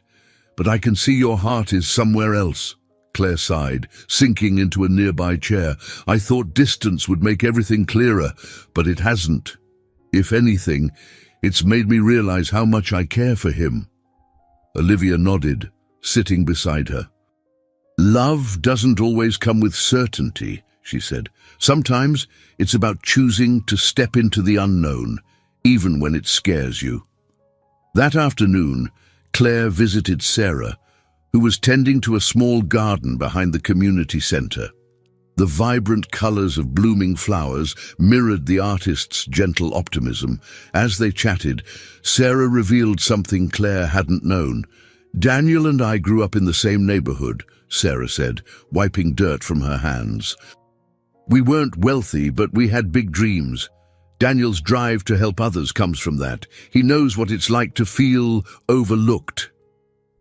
Claire absorbed the story, her understanding of Daniel deepening. It wasn't his wealth that defined him. It was the person he'd chosen to become despite it. For the first time, Claire felt a flicker of certainty. Perhaps she had been looking at their differences through the wrong lens. That evening, as the sun dipped below the horizon, Claire made her way to the park where Daniel often walked to clear his mind. She found him sitting on a bench, his posture relaxed, but his expression distant. He turned at the sound of her footsteps, his face lighting up with quiet surprise. "Claire," he said, standing, "I didn't expect to see you here." "I needed to talk," she said, her voice steady but tinged with emotion. "I've spent so much time doubting myself, doubting us. But I realize something. What scares me isn't our differences. It's the possibility of losing myself in something this big." Daniel's gaze softened as he stepped closer. "You're not losing yourself," he said gently. "If anything, you've shown me what it means to stay true to who you are." She took a deep breath, her hands trembling slightly. "I want to try, Daniel. I want to be with you. But I need us to build something that allows both of us to grow, something where we're equals, supporting each other." His smile was warm, his relief palpable. "That's all I've ever wanted," he said, "to build something with you, not for you." They spent the next hour walking through the park, their conversation flowing easily as they began to envision a shared future. Daniel shared his plans for a community project, a space where children could explore art and literature, combining their passions into something transformative. Claire's heart swelled at the thought of working together to create something meaningful. As they sat on a bench overlooking a small pond, Claire turned to Daniel. "Thank you," she said softly, "for believing in me, even when I didn't." He reached for her hand, his grip firm and reassuring. "And thank you for reminding me what truly matters." In that moment, the doubts that had plagued Claire began to fade. She wasn't stepping into Daniel's world. They were creating a new one together, one defined by love, respect, and a shared commitment to making a difference. It wasn't perfect, but it was theirs. The hum of quiet determination filled the newly renovated library, as Claire and Daniel stood side by side in the children's wing, surrounded by stacks of art supplies and shelves brimming with books. It was the day they had been planning for weeks, the soft launch of the community project they envisioned together, combining literature and art to inspire creativity and hope among underprivileged children. For Claire, it wasn't just a new initiative. It was the culmination of her personal journey toward finding balance and purpose alongside Daniel. As children began to trickle in, their eyes wide with curiosity, Max arrived, carrying a large canvas under one arm. His confidence, once tentative, now radiated as he set up his station for an art workshop. "This place is incredible," he said to Claire, his voice brimming with awe. "You've created something really special here." "We've created it," Claire corrected, smiling warmly. "You've been a huge part of this." Lisa appeared moments later, clipboard in hand, her demeanor brisk yet kind, as she organized the flow of activities. Since uncovering Arthur's sabotage and playing a pivotal role in clearing Daniel's name, Lisa had become a cornerstone of their efforts. "We're on track," she said, glancing at Claire. "But don't forget to enjoy this moment. It's a big one." As the first workshop began, Claire watched from the sidelines, her heart swelling with pride as Max guided a group of children through a painting exercise.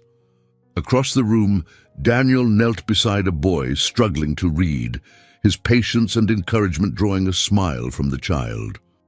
It was a scene Claire had imagined but never fully believed could come to life, a world where their strengths complemented each other seamlessly. Later that afternoon, as the crowd thinned, Daniel approached Claire with a look of quiet satisfaction.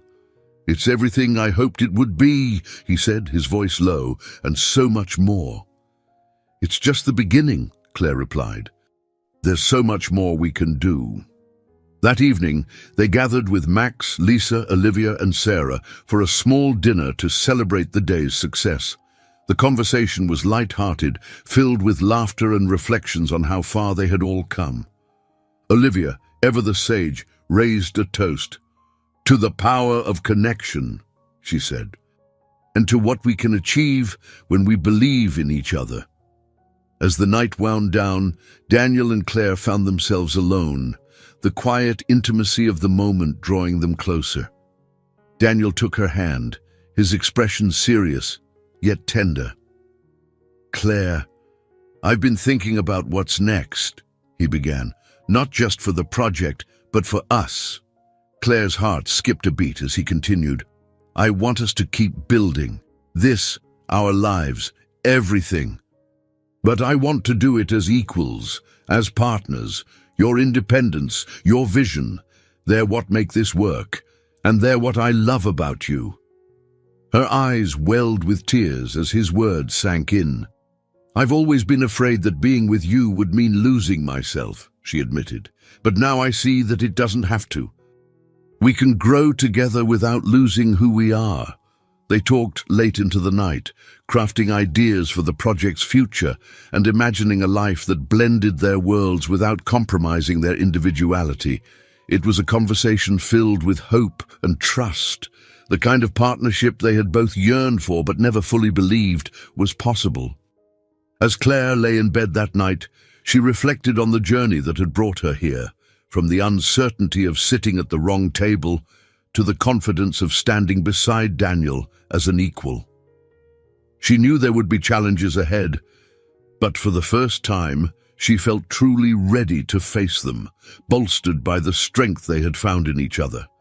This wasn't just a new chapter, it was the beginning of a story they would write together. The courtroom was packed with anticipation. Rows of spectators, reporters, and a few familiar faces buzzed with quiet whispers as Daniel prepared to take the stand. Claire sat behind him, her heart pounding, both with concern for him and pride in the journey they had endured together. This wasn't just about clearing his name, it was about vindicating the integrity of everything they had worked so hard to build. Lisa stood nearby, her presence a symbol of quiet strength. Over the past months, her tireless work had been instrumental in uncovering the truth about Arthur's schemes. She had pieced together the documents that would exonerate Daniel, her determination as unyielding as her loyalty to the cause. When the judge called for silence, Daniel rose, his tall frame radiating a quiet confidence. The questions came swiftly, probing his involvement in the charity's operations and the accusations of fraud. With every answer, Daniel's composure remained unshaken, his voice firm as he explained the discrepancies and emphasized his commitment to the organization's mission. The turning point came when Lisa presented the evidence, a meticulously compiled trail of documents linking Arthur to the fraudulent activities. As the details unfolded, the courtroom held its collective breath. Arthur's attempts to manipulate funds, forge signatures, and sabotage Daniel's reputation were laid bare. It was a damning account, and the weight of it hung heavy in the air. When the judge delivered the verdict, declaring Daniel's innocence and holding Arthur accountable, the room erupted in applause. Claire felt tears spring to her eyes, a mix of relief and triumph coursing through her. Daniel turned to her, his gaze filled with gratitude, and she smiled, her heart full. Later that evening, the atmosphere at the community project's grand opening was electric. The once empty building had been transformed into a vibrant hub for children and families, complete with reading nooks, art studios, and classrooms. Claire marveled at the sight of children eagerly exploring the space, their laughter echoing through the halls. During the event, Daniel approached Claire, his expression one of quiet pride. "This is our victory," he said softly, gesturing to the lively scene before them. "Not just mine." "No," Claire replied, her voice warm. "It's theirs. We just gave them the tools." When it was time for the speeches, Claire found herself standing before the crowd. Her hands trembled slightly, but she steadied herself, drawing strength from the people around her. "This project," she began, "is more than a building. It's a testament to what happens when people believe in each other, when they take risks, when they dare to dream." She shared stories of the children who had inspired her, their resilience a reminder of why they had fought so hard.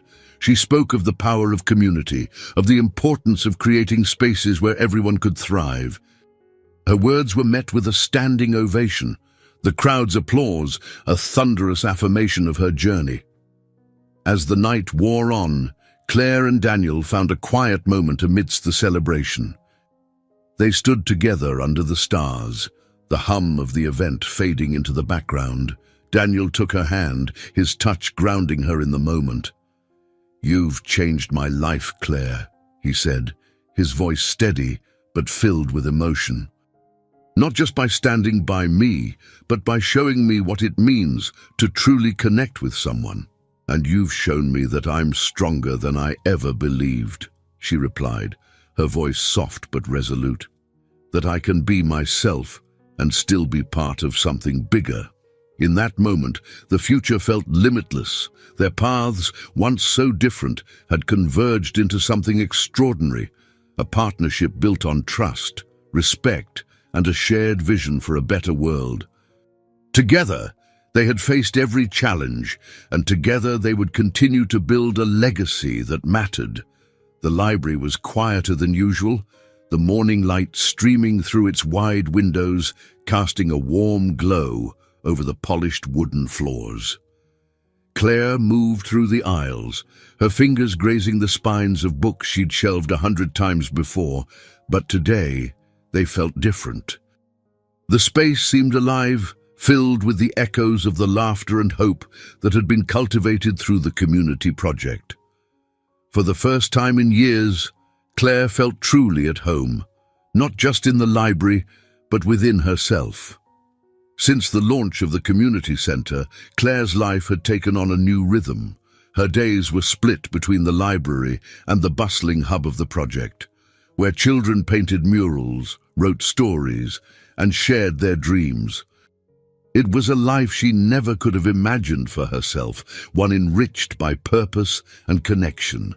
Yet, as much as she thrived in this new chapter, she couldn't ignore the ways it had changed her. The children at the library now looked at her with wide-eyed admiration, their excitement contagious as they eagerly shared their creations. Her colleagues, too, seemed to view her differently, not just as the reliable, steady Claire, but as someone who had dared to step out of her comfort zone and create something extraordinary. While their praise warmed her heart, it also left her feeling slightly adrift, Could she fully reconcile this version of herself with the one she'd been before Daniel? That afternoon, Claire visited Olivia, who had become a constant source of wisdom and support. Olivia greeted her with a wide smile, gesturing for her to sit in the sunlit corner of her cozy apartment. "You look like a woman with something on her mind," Olivia said, pouring tea into delicate porcelain cups. Claire chuckled softly. "I suppose I am," she admitted. "It's strange. Everything feels so different. The library, the project, even me." "That's because you are different," Olivia replied, her voice gentle but firm. "You've allowed yourself to grow, to see the world through a new lens, and that's a beautiful thing." They talked late into the afternoon, their conversation weaving through stories of love, loss, and the courage it takes to embrace change. Olivia shared how she'd recently started writing again, her inspiration reignited by Claire's journey. "You reminded me," Olivia said, her eyes glistening, "that it's never too late to create something meaningful." Claire left Olivia's apartment feeling a renewed sense of clarity. That evening, she visited her old neighborhood, wandering through the streets she hadn't walked in years. She found herself standing in front of the small house where she'd lived with her late husband, the sight of it stirring bittersweet memories. It was a moment of quiet reflection, a chance to acknowledge the woman she'd been and to honor the journey that had brought her here. The next morning, Claire returned to the library, a newfound confidence guiding her steps. She dove into her work with enthusiasm, collaborating with her team to expand the community project's reach. Daniel, true to his word, had become an active partner in their efforts, attending events at the library and lending his expertise to the project's development. Their partnership was seamless, built on mutual respect and a shared vision. In the midst of her busy day, Claire received a surprise visit from Lily. The young woman's demeanor was noticeably softer, her guarded expression replaced by a tentative smile. "I wanted to thank you," Lily began, her voice sincere, "for standing by my dad and for helping me see things differently." Claire was taken aback by the honesty in Lily's words, a warmth spreading through her chest. "You don't have to thank me," she said gently. "We're all learning how to navigate this together." Lily nodded, her smile widening. "I'm glad you're part of his life and mine," she added, her tone carrying a newfound sense of acceptance. As the day drew to a close, Claire sat in her office, reflecting on how far she'd come. The woman who had once felt small and out of place now stood at the center of something much larger than herself, a network of people and projects that had transformed not only her life, but the lives of countless others. For the first time in years, Claire felt truly at peace with who she was and where she was headed. She was no longer defined by her fears or the expectations of others. Instead, she was creating a life built on authenticity, love, and purpose, a life that was entirely her own. Claire awoke to the soft hum of a new day. The light streaming through her apartment window felt different now, warmer, more inviting, as if reflecting the changes within her. Since the grand opening of the community project, life had settled into a rhythm, one that blended the familiar with the extraordinary. Yet she was acutely aware of how much her world had shifted since sitting at the wrong table that fateful evening. Her morning began as it often did, walking to the library with a cup of coffee in hand. The streets of Seattle bustled with their usual energy, but Claire noticed how her steps felt lighter. Her colleagues greeted her with newfound admiration, their conversations tinged with pride in the community project they had supported through her vision. The children, too, seemed to view her differently. To them, she wasn't just a librarian anymore. She was someone who had shown them that stories could leap off the page and change lives. That afternoon, Daniel visited the library, his presence as calming as ever. He had become a regular, offering his insights for literacy initiatives and quietly donating resources to expand their programs. Today, however, his visit was personal. Together, they worked on finalizing the details for an upcoming event, a collaborative fundraiser between the library and the community center. "You've made this place shine," Daniel said, as they sat in her small office, surrounded by stacks of books and posters for the event. "It's inspiring," Claire smiled, a warmth spreading through her chest. "It's not just me," she replied. "This place thrives because of the people who believe in it. And in us." Later that evening, Claire found herself at a small dinner hosted by Lily. It was an unexpected invitation, but one Claire had accepted with cautious optimism. To her surprise, Lily's demeanor had softened considerably since their first encounter. Over the course of the meal, Lily shared stories of her childhood, her struggles with feeling overshadowed by her father's influence, and her initial reluctance to accept anyone into their close-knit world. "I think I was afraid," Lily admitted, her voice low but steady, "afraid that you'd take him away from me, but I see now that you're not just here for him, you're here for all of us." The confession left Claire momentarily speechless, but she reached across the table, her hand resting gently over Lily's. "I've never wanted to take anything away," she said softly. "I just want to be part of what makes him, and all of you, whole." The evening marked a turning point, a genuine connection forming between Claire and Lily. It wasn't perfect, but it was a step toward something stronger. In the weeks that followed, Claire and Daniel navigated their intertwined lives with a newfound ease. He joined her at library events, charming the children with his anecdotes, while she accompanied him to philanthropic meetings, offering her perspective on grassroots initiatives. Each event felt like a small victory, proof that their worlds could merge without either of them losing their individuality. Max's art exhibition was another highlight. Held at a prestigious gallery downtown, the event was a celebration of his journey and the stories he had captured through his work. Claire was moved to tears as she saw one of his paintings, a piece depicting a small library surrounded by vibrant colors, titled "Where It All Began." When she asked Max about it, he smiled. "That's for you," he said, "for showing me that stories, whether in books or on canvas, can change the world." Lisa, too, had found her footing. Inspired by her work with Daniel and Claire, she had started a small consulting firm aimed at helping non-profits streamline their operations. At a quiet moment during the exhibition, she pulled Claire aside.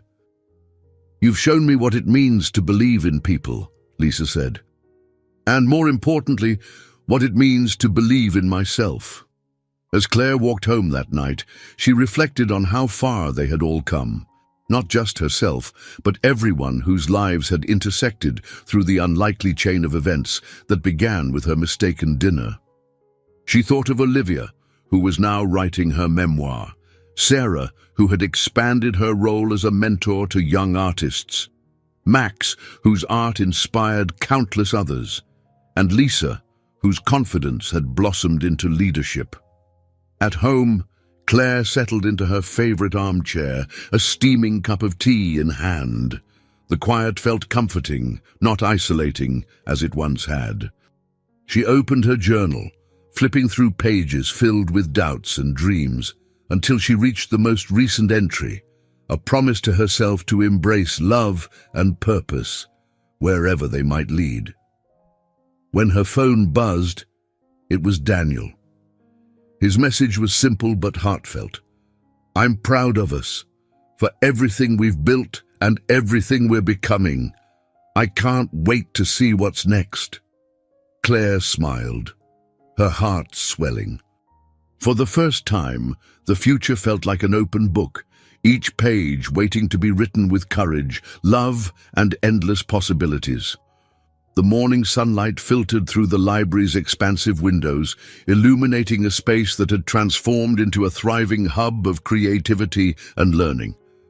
Claire walked through the children's wing, her steps light as she watched the young faces engrossed in activities, painting, reading, and collaborating on a mural that would soon adorn the library's central wall. This place, once a quiet sanctuary, had become a beacon of possibility, and Claire felt a surge of pride knowing how far they had come. The community project had gained momentum, attracting attention from local media and philanthropists alike. Donations poured in, allowing for expanded programs and resources. The library was no longer just a repository of books, but a center where art, literature, and innovation flourished. Daniel arrived mid-morning, his presence as steadying as ever. He carried a stack of books under one arm and a folder of potential donor proposals in the other. His commitment to the project was unwavering, and together they had built something that was more than either of them had imagined. "Good morning," Daniel greeted, his smile warm. "You look radiant today." Claire blushed slightly, brushing back a strand of hair. "It's the kids," she replied. "Their energy is contagious."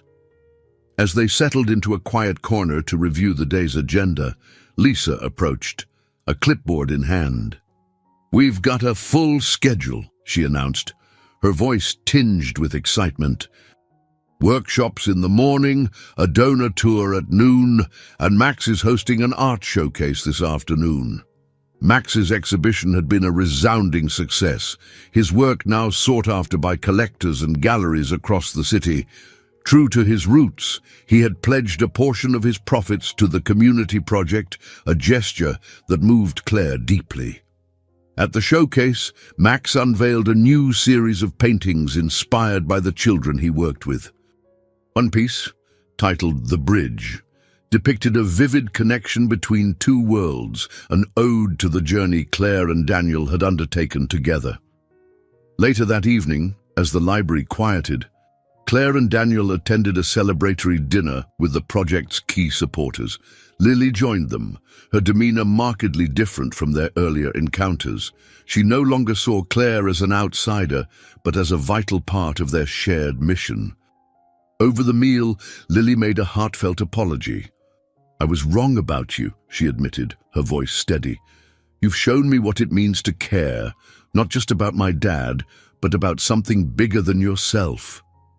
Claire was touched, her heart swelling with a mixture of gratitude and relief. "It means a lot to hear that," she said. "I've always wanted us to find common ground." As the dinner wound down, Sarah and Olivia joined their table, their faces alight with the joy of witnessing what had grown from such humble beginnings. Olivia, who had completed the first draft of her memoir, shared an excerpt during dessert, her words weaving a tale of resilience and rediscovery that resonated deeply with everyone present. The following week, the library hosted an open house to showcase its new facilities and celebrate its achievements. Families filled the space, exploring every corner with awe and excitement. Claire stood at the entrance, greeting visitors alongside Daniel. It was a moment of profound fulfillment, the culmination of countless hours of hard work and unwavering belief. As the event drew to a close, Claire found herself reflecting on the journey that had brought her here. From the hesitant librarian who had stumbled into Daniel's life to the confident woman who now stood at his side, she had discovered not only love, but also a sense of purpose she hadn't known she was missing. Daniel approached, slipping his hand into hers. "This is just the beginning," he said softly, his eyes filled with warmth. "We've built something incredible together." Claire nodded, her heart full. "And there's so much more we can do." As they walked out into the evening air, the stars overhead seemed to shine brighter, a reminder of the limitless possibilities ahead.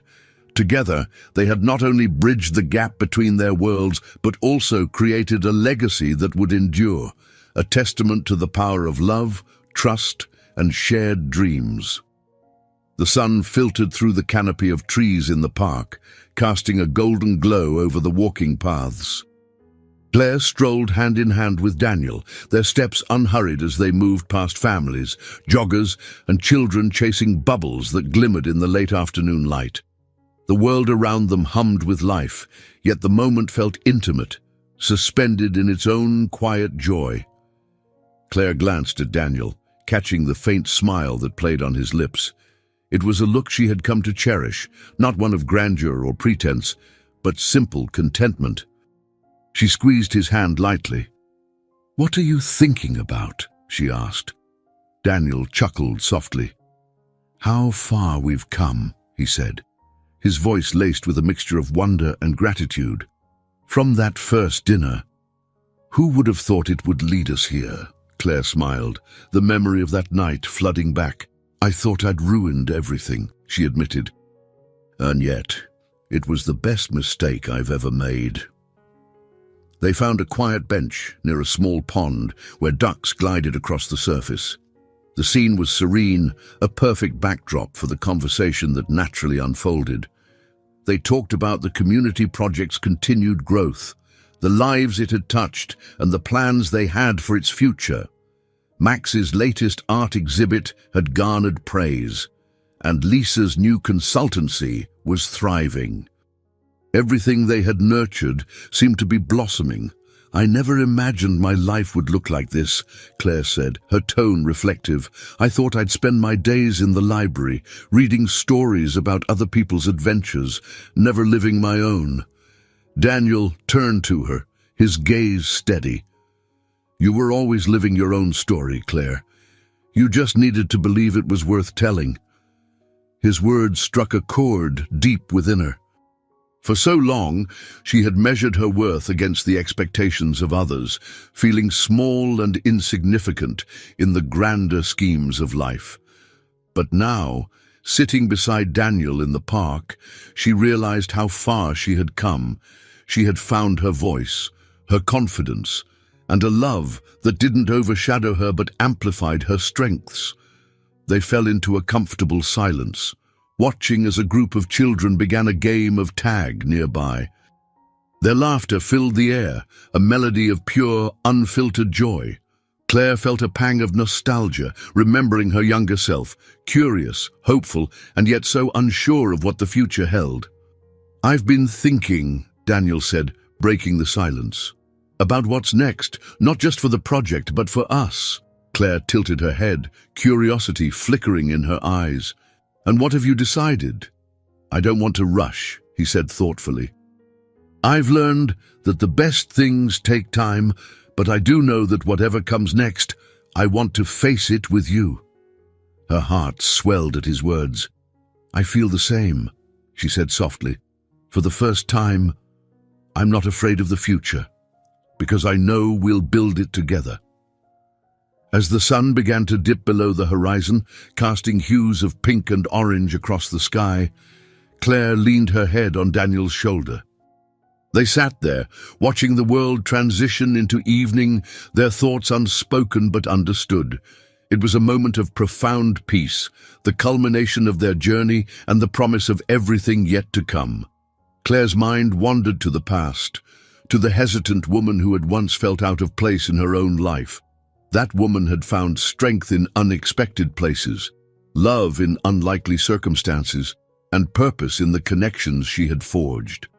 The library, the project, the people she had met along the way, they were all threads in a tapestry she had never dreamed of weaving.